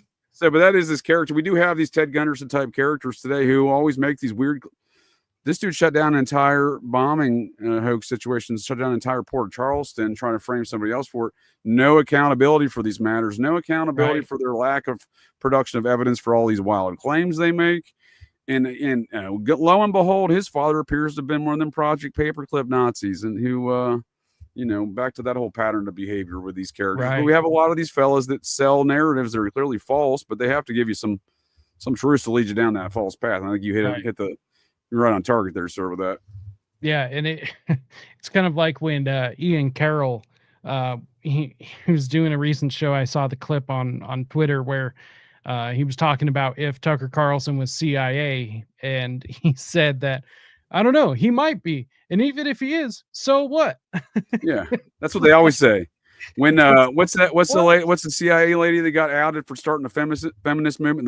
The lady that started the commie feminist movement in America has been confirmed to be CIA, and the conversation she tried to start once that was outed was, isn't that weird? We should talk about how weird that is. Is that weird to you guys? No, bitch, shut your mouth. You know what I mean? You commie bitch. You know what I mean? Like, these are the things they try to shape the narrative even then, dude. It's even like once they're out, they're like, oh yeah, isn't that interesting? We should talk about how interesting that is. Right. No, we should. I mean, Jane Fonda was even outed as being involved with the CIA because, I mean, she was involved with feminism as well. Gloria Steinem. Miss Magazine. Yes, Gloria Steinem. Yeah, and I mean, she was funded through Rockefeller money, because the Rockefeller. Aren't they all, sir? Aren't they all, sir? All of these ancient alien cargo cult bastards we see today, from Stephen Greer to Zachariah Stitchin to famed conspiracy culture man and Jehovah's Witness headquarters employee Jordan Maxwell, all financed. I think it's the financiers, I believe is what they call it, by the Rockefeller family, Lawrence Rockefeller, David, and Nelson. Oh, somebody had pointed out to me, I wanted to make a correction. So the serial killer that Ted Bundy was connected to was Thomas Creech. I was going to say yes, sir. Thomas Eugene Creech, who got his start at the Church of Satan headquarters there in San Francisco and New LaVey and Aquino. Yes, sir. And they were all part of the 4 Pi cult, which is process. I agree, sir. And I think there's a lot to be said about that Bundy situation with that, and back to Edward Wayne Edwards. So 10 years prior to Thomas Eugene Creech's, think of it as a domestic Gladio situation, right? You can put it in that context. So this is a 10-year anniversary to, remind everybody of the terror from 10 years prior. Thomas Eugene Creech does the same thing 10 years after Edward Wayne Edwards in the same locations, including starting that campaign Bonnie and Clyde style by marrying a 17-year-old in Idaho Falls, Idaho. One in 1959, the other one in 1969. And Ed did it, I can confirm, as an operative of the CIA, because on that day in Idaho Falls, a place started under the Manhattan Project, by the way, that town. Yes, sir. It was very much for many years under those auspices. We were talking about that Dugway Proving Grounds in Utah before, these similar auspices of these national security towns out west, right? Well, Right. this is another one. And Ed has 2 different marriage licenses issued the same day by the same judge with the same notary stamp, etc. Same wife, same 7 Idaho Falls citizen. But one's issued under James Garfield Langley, Dr. James Garfield Langley, which were fake credentials. He was issued by Right. Ed's own admission in November of 1955 in Key West, Florida. Oh, that's weird. The CIA was with Castro in Key West, Florida, documented in November of 1955. And Ed would write in his own book that he was an operative of the CIA. No one wanted to believe him. I do, because the evidence supports that. That's He would that's go also to at the prison. same that's also at the same time that John Papa Phillips was down in Cuba. You're a wise man, sir. All of these fuckers know each other. I'm glad you said that. So before we, I appreciate your time. Thank you again for joining me here, sir, to get a little GCD. And I thank you folks of the interwebs. I'd like to give you, we're going to close this thing out, bring it in for landing. I got of course a couple of statements to make here before we do that. I want to, when I say they all know each other, I want to bring this back to LA. So we were talking about Kermit Roosevelt before, you know, Lee Harvey Oswald's third cousin. But we have a different guy. Speaking of Thomas Eugene Creech and the start of the Church of Satan, he would have known this guy. This guy, according to LaVey's second wife, what is called his autobiography, but written by her. Don't ask me. I don't know how that works out. But the grandson of not Teddy, but Franklin Delano Roosevelt, a William Donner Roosevelt, murdered his friend at the age of 10. And don't worry, he was only in prison for a couple hours. No big deal. He was one of the founding members of the Church of Satan. Wonderful. His wife, Ava Roosevelt, Ava Meyer, I believe was her maiden name at the time. This is before they were married, you know. This is when she was a young model. She was the protege to Sharon Tate. She claims she was supposed to be there that night. She would later marry that man who was the founding member, one of the founding members of the Church of Satan. These fuckers all know each other. Interesting. Right.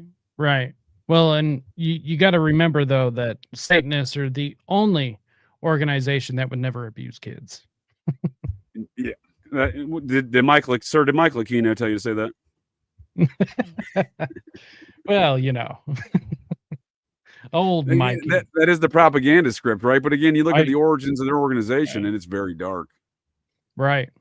It is incredibly dark. I mean, Anton LaVey running guns and drugs. Like, yes, are you sir. kidding me? And his uncle was a made man of the Jewish mafia out of Chicago. Right. Or the mafia. Oh, yeah, well, that's what folks I think often misunderstand. It's my opinion, at least, that the Jewish mafia runs the Italian mafia. Right. Well, and there's constantly kind of like, or at least there was, I'm not sure so much anymore, but there was a lot of fighting back and forth because a lot of those people definitely did not like being controlled. So, you know, that's why there was a lot of fighting within the families. And then, you know, the Jewish mafia would usually always come out on top. Go figure. I don't doubt they fight each other. Much like all these satanic cults are egotistical, ceremonial, magician, Satanist, polemic, curly, eyeball washer bastards. And there's some elements of the mafia like that that fall in those categories. They're members of these same cults. But within the mafia, you know, again, I no doubt these bloodlines and organizations feud amongst themselves and stab each other in the back and whatnot. But the one thing I will say, though, about those matters is they do seem to get along very well. They do seem to do a lot of weird occult rituals within the mafia stuff, too. But as far as the mafia stuff goes, it seems like even the origins in this country with the Cosa Nostra, dating back into the 20s and whatnot, it seems like, you know, you work for Meyer Lansky. I often joke today in America where we have no rights, we all work for the United Nations. We all work for the UN. But if you were in the mafia, you all work for Meyer Lansky. He didn't have any money on paper, but he owned everybody. And his operations got rolled up and owned today by, if you were to assume that he had all these blackmail operations under his, under his ownership and control, well, that's now under the ownership and control of one Donald J. Trump. Right. Who ended up buying, what is that hotel in New York? Resorts International, sir. Jimmy Carter Pate Company, Resorts International, Castle Bank and Trust, BCCI scandal, the Vatican Bank. All of these matters are part of the same conversation. Right. Which is actually part of the reason why the mafia came down and the satanic cults stepped up and took over all the contract killing. Which, boom, satanic panic. That's why You know, it was an actual thing, not a fucking moral panic. It was an actual thing actually happening. Imagine that. You are correct, sir. It's a real world, well organized, well financed operation to convince the American folks not to trust their own senses. Do pay no attention to those Satanists murdering your family and friends. Pay no attention to the Satanists ritually abusing your children. That's Just not a witch happening. hunt. It's just a witch That's not hunt. happening. You know? No, I mean, and again, it speaks to the nature of the spooky operations, the Phoenix program, Come Home, Colby's Queers, the matters of national security, et cetera, as they claim, these Nazi bastards. But no, so again, and we see, you know, the more and more I look at these matters, and as we've discussed here tonight, sir, it seems like a lot of these fuckers know each other. Yes. Yes, I would have to agree because, I mean, how could you not? You know, that's the thing is if you're running all of these operations, just like, you know, to bring it back to the very beginning, Daryl Gates, when he's running intelligence operations around the world, how could you not run into CIA, FBI, DHS, Right, all of these other like? That's what I'm saying. Who's he working for, right? Who's he doing that for? Who's Right. his daddy, and what does he do? It's the question I Right. like to ask. Who's signing those paychecks? And on that note, sir, I'd like to play that game here with you this evening. It's my favorite game here on Fridays. Who is your dad? Not who's your daddy, but who is like people like Daryl Gates, these people who impact our society and Right. cause great turmoil and queer natures and impacts in our society. Who is their daddy and what does they do? Because time after time, as I see, you know, when Lee Harvey Oswald's third cousins with Teddy Roosevelt, you know, I think these things matter. Right. You tell me, who is your daddy and what does he do?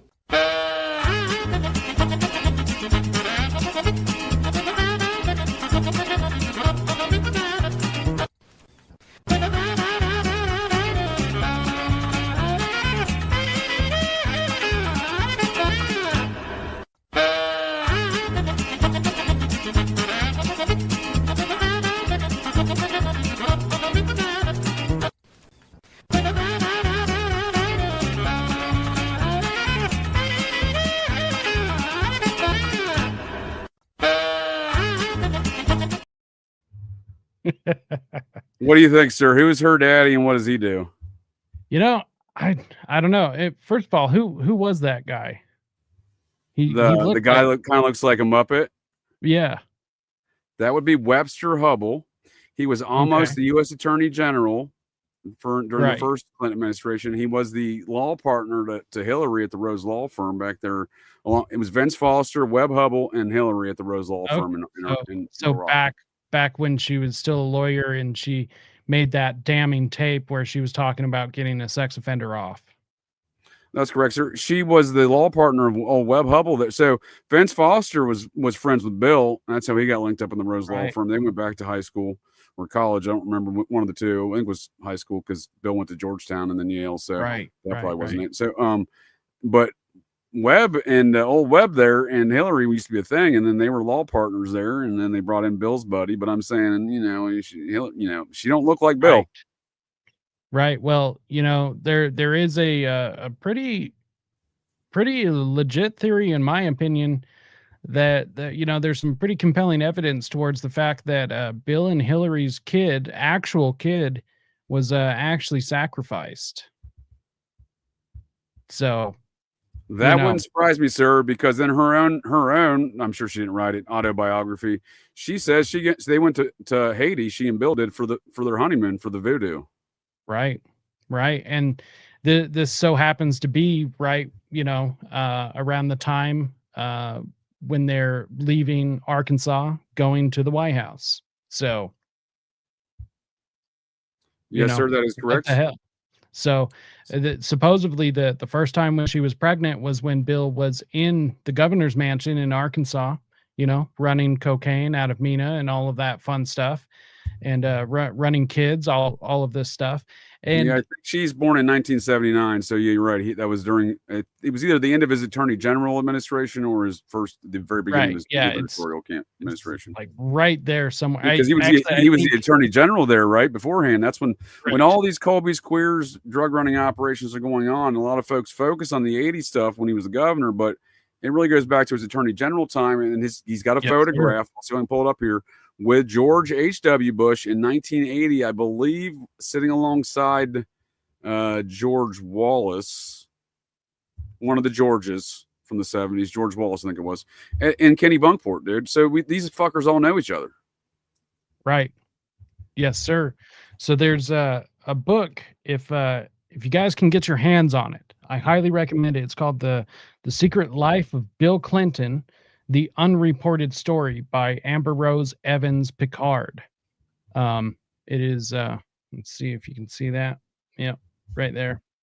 It is a phenomenal book, and it covers everything that he did while he was governor and also while he was the attorney general.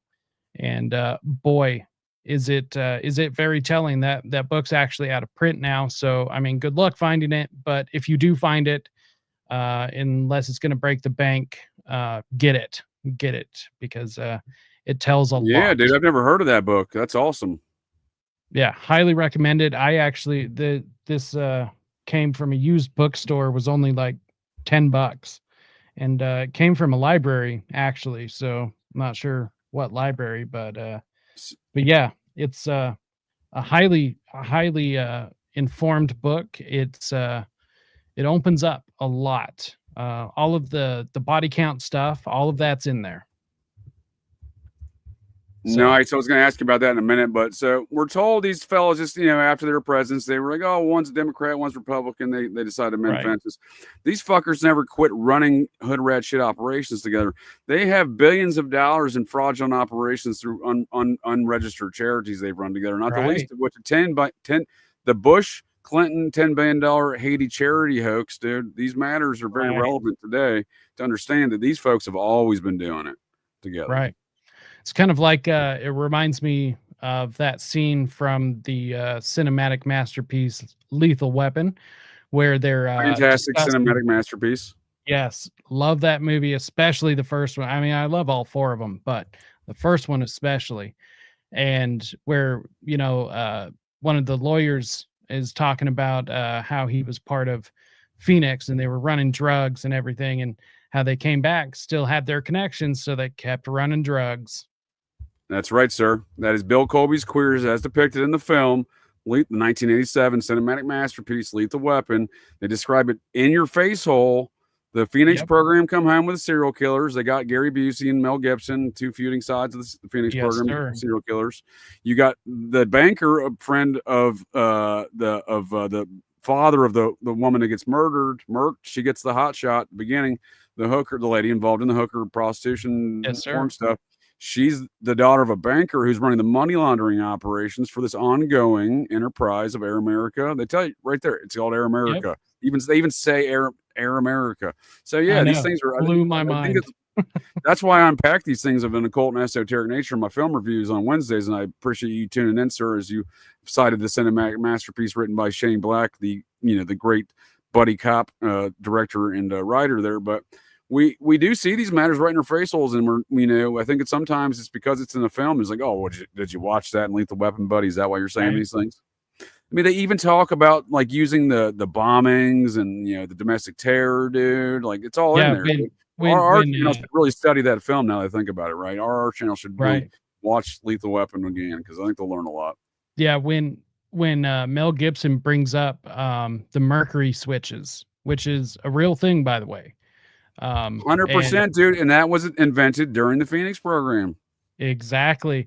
And he just goes on that whole diatribe how he's never seen anything like this since the war, and he was with a lot of guys back during Vietnam, and these were real professionals coming in. It's I can't remember the exact term he used, but it was like some real scary shit or something like that. And we see them blow up a fucking house, domestic terror, Operation Gladio style, in the middle of South Central.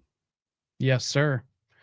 And I find it interesting too that the witnesses that they ended up talking to were children. I just found that a little weird. It's like all of it. It's just like you said, right in your face. And in your face, old dude. It's interesting because people will say, yeah, you saw that on a movie or whatever. Well, as a longtime artist, that's kind of how I started, in my early when I was 19, 20, started in tattoo shops and stuff. So, I've been an artist my whole life. And Oh, that's awesome. the question always is does art imitate life, or does life imitate art? And of course it's both. However, there's many, many times that art imitates life. And many times that is the case with film, because film is nothing but an art form. It's a really difficult art form too, but it's just really interesting that they will take these things, put them into film, and you watch it, and all of a sudden, if I start talking about, if I just say 4 things that the CIA did, I'm a nutcase, right? Throw it in a film, and all of a sudden it's like totally believable for some reason. I don't get it. There's a disconnect there, but. Well, I know when we continue more of these future conversations on a future Operation GCDs, or if I join you over there on your show, sir, on similar topics, Yes, sir. I will like to talk to you about these matters such as you just described. Here's a fine example of what you just described. Lauren Singer, the guy who wrote this story, Parallax View, was an OSS guy, working with Bill Colby, getting all them Nazis in America and whatnot. And we see this film. If you look at the matters around JFK and the company Permindex, Permindex is basically this company, this corporation, international corporation, as depicted here in this film, that is hiring mercenaries, these assassins, to go murk their political opponents in various nations and presidents. So weird that we get that from an OSS CIA guy, Lauren Singer, though, right? Yeah, really, really weird. Really Super strange. Weird. Almost as weird as why we'd find George H.W. Bush, George Bush #1, as I call him. I got my Georges right. I might have a Larry conundrum here, and I might have a conundrum with getting Bill Paxton and Bill Pullman. I realize they're distinctly separate individuals.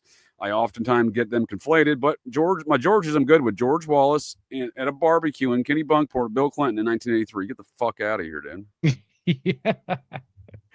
Jeez, yeah, they all know each other. These fuckers all know each other, man. Well, I mean, they were all mafia families, right? Well, exactly. So speaking of that, old Slick Willie said, "You know what, Webb? You're my daughter's biological father. I'm going to get you a job in D.C." It's his wife's slam piece or whatever that's going on there, his law partner. So they appoint him as attorney general, and U.S. Congress says, "You're going straight to jail, buddy. Do not collect $200. Do not pass go." This dude's a criminal of all sorts of regards. I mean, they all are with the Clinton campaign, but. Yeah, for sure.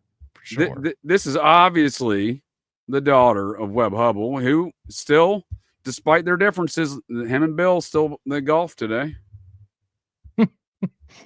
It's almost like, the whole left-right thing is just for the cameras. Absolutely, dude. And speaking of cameras, can you find a camera that doesn't make Webb Hubble's daughter, Rebecca Hubble, look any more like Chelsea Clinton? No kidding. That's not Chelsea 2 times. No, that's not double Chelsea, sir.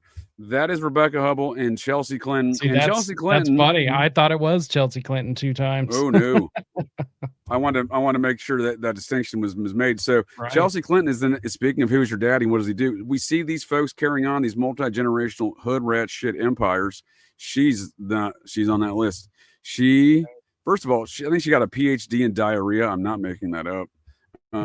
Not even a medical way, like a sociological study of which. Anyway, that's a weird picture to her interest, right?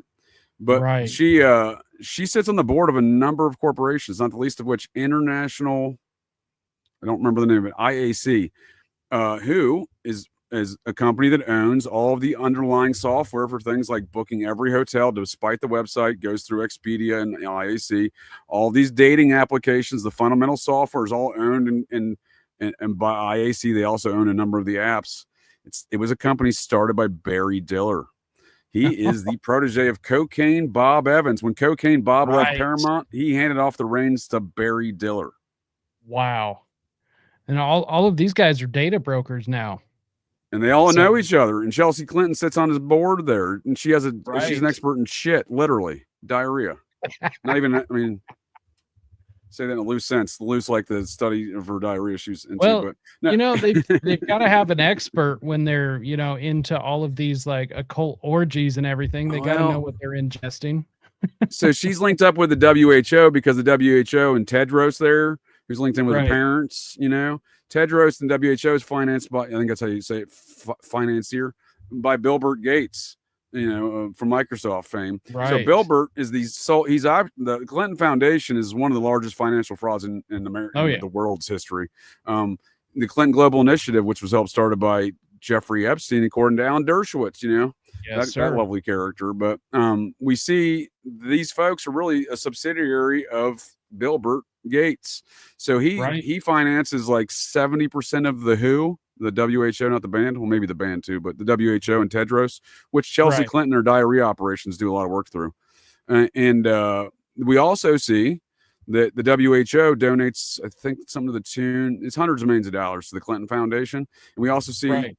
Bill Burt doing the same thing. So literally all of the Clinton Foundation money, or like 80% of it, comes from Bill Burt. Right. Who also has his own foundation, Bill and Melinda Gates Foundation. Well, that's where it comes from. So they funnel that through there, and that's where Warren Buffett, you know, Seth Rich's buddy, that's where Warren Buffett, you know, the guy lives in Omaha and suspiciously never comes up with the Franklin scandal. I find that weird. But I feel like someone's obscuring that name from the record, if you will. But anyway, he you know, he donated all of his money to the Bill Burt Foundation. Interesting. I didn't know that. Yeah, but when he wants money, Bill Burt cuts him a check. Right. Yeah. Well, probably added it to the you know, the trust fund.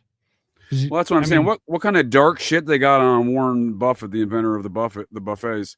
What do they got on that dude that he's going to donate, you know, 50 or whatever, $80 billion or whatever the fuck it was to name a number, $1 billion to the Bill Burt and Melinda Gates Foundation? What kind of dark shit do they have on him that's going to cause him to do that? You know, I always wondered about him because I saw this video, and people can go look it up. It's interesting because Warren Buffett goes and talks about how what he has for breakfast every single day, and is it one children's blood? Surprisingly, not. It's actually, well, I don't know. It might be ground up people because one of his choices is McDonald's. There you go. It's a McDonald's breakfast sandwich and a Coke. Yeah. And so, I don't buy that routine from, I drink a Coke, I eat a Dairy Queen, I live in the same house I bought in 1957 in Omaha. I don't buy that. That's the routine I'm talking about. That dude's got some skeletons in his closet, sir. Right. So I don't buy all of it, but I do buy the breakfast thing. And the reason why is because it's so normal. And it's like normal to the point of just being scary, you know? Like he's that normal guy that is so normal, you know something's wrong. That's the part that creeps me out, though. I see what you're saying, but the part that creeps me out is he's trying to act so normal. When you try to act so normal, you got some shit wrong with you, bud. You're hiding some real dark shit. Look at Mike Pence. Oh, I don't have a meeting with another woman in the room unless my wife's there. What kind of shit have you been up to in behind closed doors, bud? You know what I mean? No kidding. That's some dark shit, dude. And why would you announce that too? Yeah, why would you be David Levitt and say, "Hey, I don't rape, my wife and I don't rape and or eat children"? It's the same difference, right? Yeah, no, it does. I wanted to bring that full circle for you as we bring this in for a landing. Yes, sir. Yeah, it's just really weird, you know, coming in and just being normal like that. I find it suspicious as all hell. Dude, I think those folks want to, you know, murder folks and wear their skin as a human coat. Like one of the funniest things I see going around conspiracy culture and the interwebs right now is Garth Brooks is a serial killer. I don't doubt that for a second. Look at that motherfucker. He's a fucking weirdo. You know, a total creepster. You know, that started as a joke, or at least started as a joke on Tom Segura's podcast. Right. And he's got some skeletons in his closet too, doesn't he? Yeah, Tom Segura himself is also an interesting character. Is this cult warfare we're looking at? Is that what we're looking at? A couple cults warfaring each other? I kind of think so. Death cults? I kind of think so. You know, it's just look at some of Tom Segura's jokes. You know, sometimes the funniest things are the truest things, and he has some odd jokes. His entire friend circle is neo-processor, including Joe Rogan's, Duncan Trussell's, all these characters, right? And Bert Kreischer's father is the man who helped L. Ron Hubbard and Scientology invade America. He was the Yes. attorney for Oh, L. yeah. Ron Hubbard, a real estate attorney in Clearwater, Florida, that helped Scientology aid and abetted their invasion of America. And I do call it an invasion. Yes, sir. Yes, sir. I would have to agree with you on that. Although I will say, out of all of them, I do think Bert Kreischer's the funniest, and I realize that that's a really controversial opinion. But I think he's about the only man out of all of them that have made me laugh to the point of almost. I agree with you, sir. I drink beer with Mr. Bert Kreischer about 7:30 in the morning on St. Patty's Day in Washington, D.C. in circa 2008. It's a Hell good yeah. time. He was the MC yeah. at a St. Patty's Day party at the local rock station. He was friends with the morning DJ. That's how I encountered Bert Kreischer. And this is before he started taking his shirt off, I think, officially on stage, but he don't think he had a shirt on all day that day. So it's a good time. That I do enjoy some of his comedy. His stuff anymore, though, is a little rough, in my opinion. He's got a little too Hollywood, but that happens because he's in that Scientology machine because his sisters are executives in Hollywood, courtesy of Scientology, I imagine. Yes, Bert sir. got his start in Hollywood, courtesy of Will Smith, then Scientologist. And again, I don't know if he realizes it, but he's steeped in all of these matters, if you ask me. But I do agree. He's I certainly find him comical. Did you know that Tom Segura started off as a Portuguese translator for the show America's Most Wanted? I did not know that, and that is hilarious. Yeah. And creepy if you think about it, dude. I think John Walsh is a dark fucking character. His daughter seems to think so. John Walsh, so her and I follow each other. I've never spoken to her. But I've looked at a lot of the things that she has talked about and looked at it on my own, and it seems to be pointing that way, honestly. And honestly, it would be the perfect cover.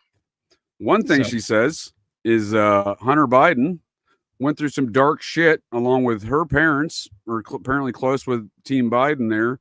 And she apparently witnessed, along with some dark shit she went through along with Hunter Biden up there in the Finger Lakes area of New York, where Hunter Biden creepily has the Finger Lakes tattooed on his back.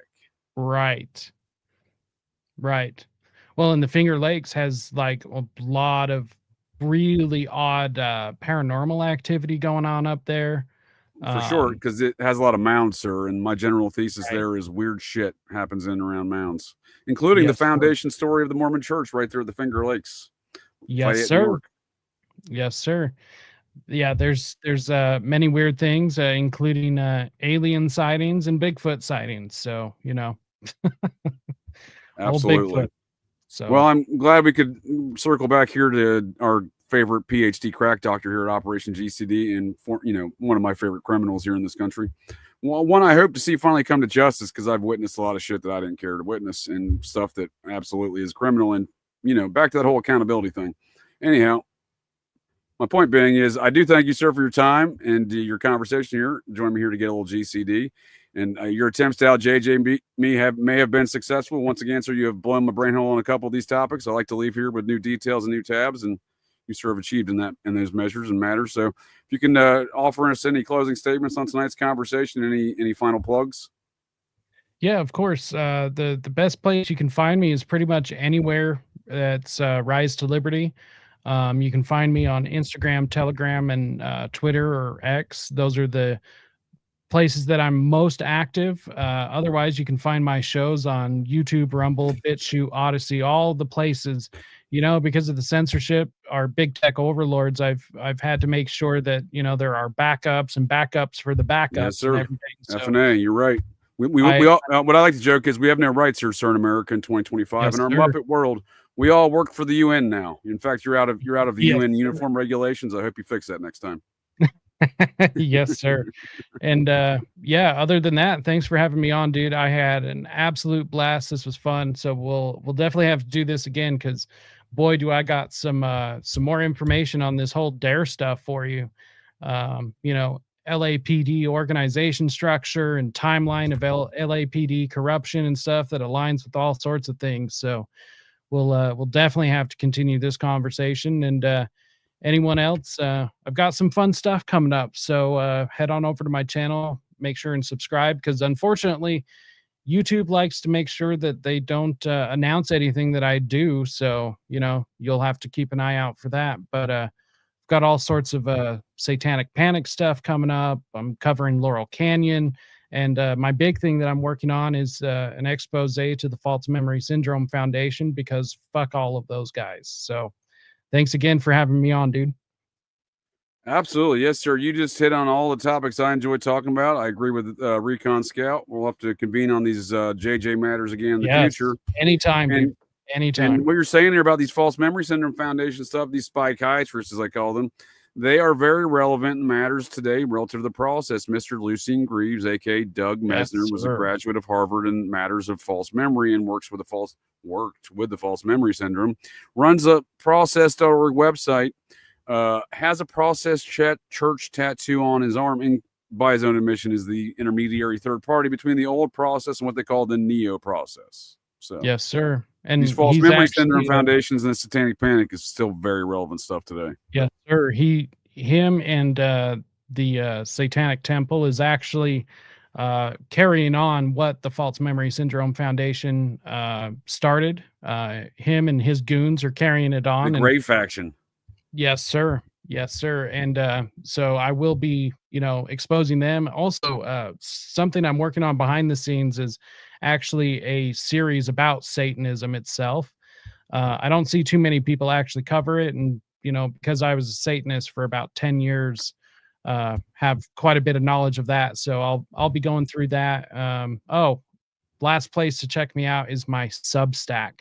I'm actually getting ready to set everything up and be more active over there, although there is some good stuff over there right now for free. So, well, nice. And I'll get all your whatever show notes or links in the show notes I don't have already for your stuff. I'll get in there for folks of the interwebs to check out. Definitely look forward to a future conversation. This is an interesting comment. Submarine lines in the Finger Lakes. Never thought of that. Appreciate it. Oh, and that ties to Ghislaine. Well, yes, sir. It does. Absolutely.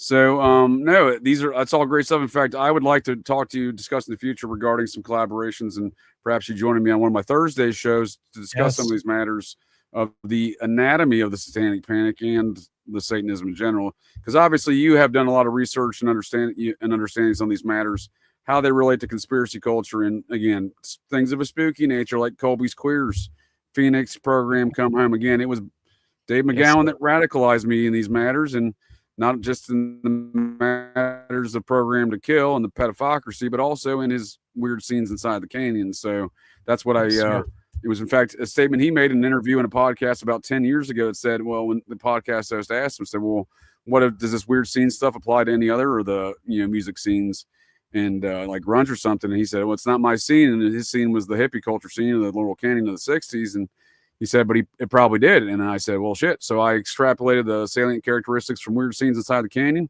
applied it to my favorite countercultural rock scene there and the grunge scene, and holy fucking shit, dude. It's the same thing. Oh, boy. These people all know each other. Right. Do I got a lot of stuff that we could talk about there as well? Kurt Cobain and Courtney Love also being tied to the hippie culture and everything. And one last thing, and I think you ain't kidding, sir. You ain't kidding. I think I'll end on this. It's actually my favorite quote from Dave McGowan. And at this point, I do not believe in coincidence. And the thing that Dave McGowan said was that, how many coincidences does it take to make a conspiracy? And, with that, I just don't believe in coincidence anymore. So. Oh, for sure. Like Anton LaVey and John Travolta just happened to be on the same set of the same film when Travolta just became a corporate Satanist in Scientology. That's strange. Oh, isn't that strange? That's not a coincidence? Okay.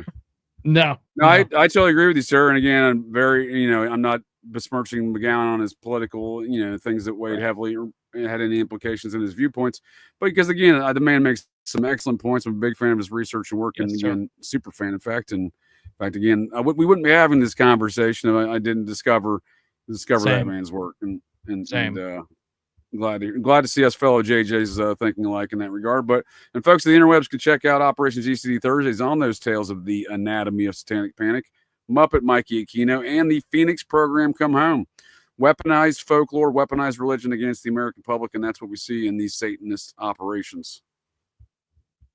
And then as well, we got coming up this Sunday, it's not Thomas Eugene Creech, but a different killer of a different regard in Idaho, aka Satan's butthole, in Latell County, prosecuted by fault, in a very violated this man's rights. He's a muppet, Dale Shackelford, hard man to defend given his other aspects in life. But I don't think, by all indications, he did not murder his ex-wife, nor Chuck Palahniuk's father, the author of Fight Club. This man's in prison today in Idaho for the murders of Fred Palahniuk and allegedly this man's ex-wife. Although his ex-wife had a hysterectomy, and the dead lady in the burnt up cabin with Fred Palahniuk in Latell County back in 1999 had a uterus, and Dale's ex-wife had a hysterectomy. So I don't know how these things work, but the same framework of prosecutions and fabricating a murder case against old Dale Shackelford here by the prosecuting attorney of the county, Bilbert Thompson, is the same framework he used recently in the Idaho 4 case against Brian Koberger. So a lot of interesting parallels, some interesting process connections here when you start talking about the Palahniuk situation and the Fight Club situations with that Neo process. So that's coming up here on Sundays. And then I got Operation GCD Wednesdays, this next Wednesday's, an occult and esoteric review of The Goonies. And I'll have to get you here, sir, on a future occult esoteric film review. It sounds like you enjoy film as much as I do, and you have a deep knowledge of these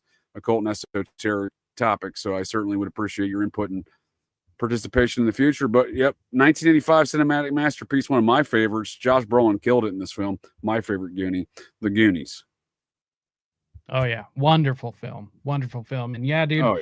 Anytime, this is pretty much what I do all the time. So like I said, I got a lot on my plate, but I've always got time for good people, and you're good people. I concur, sir. I appreciate, share the same sentiment. I appreciate your time, and I thank you for joining me to get a little GCD. We'll definitely have to convene on some of these JJ matters again in the future.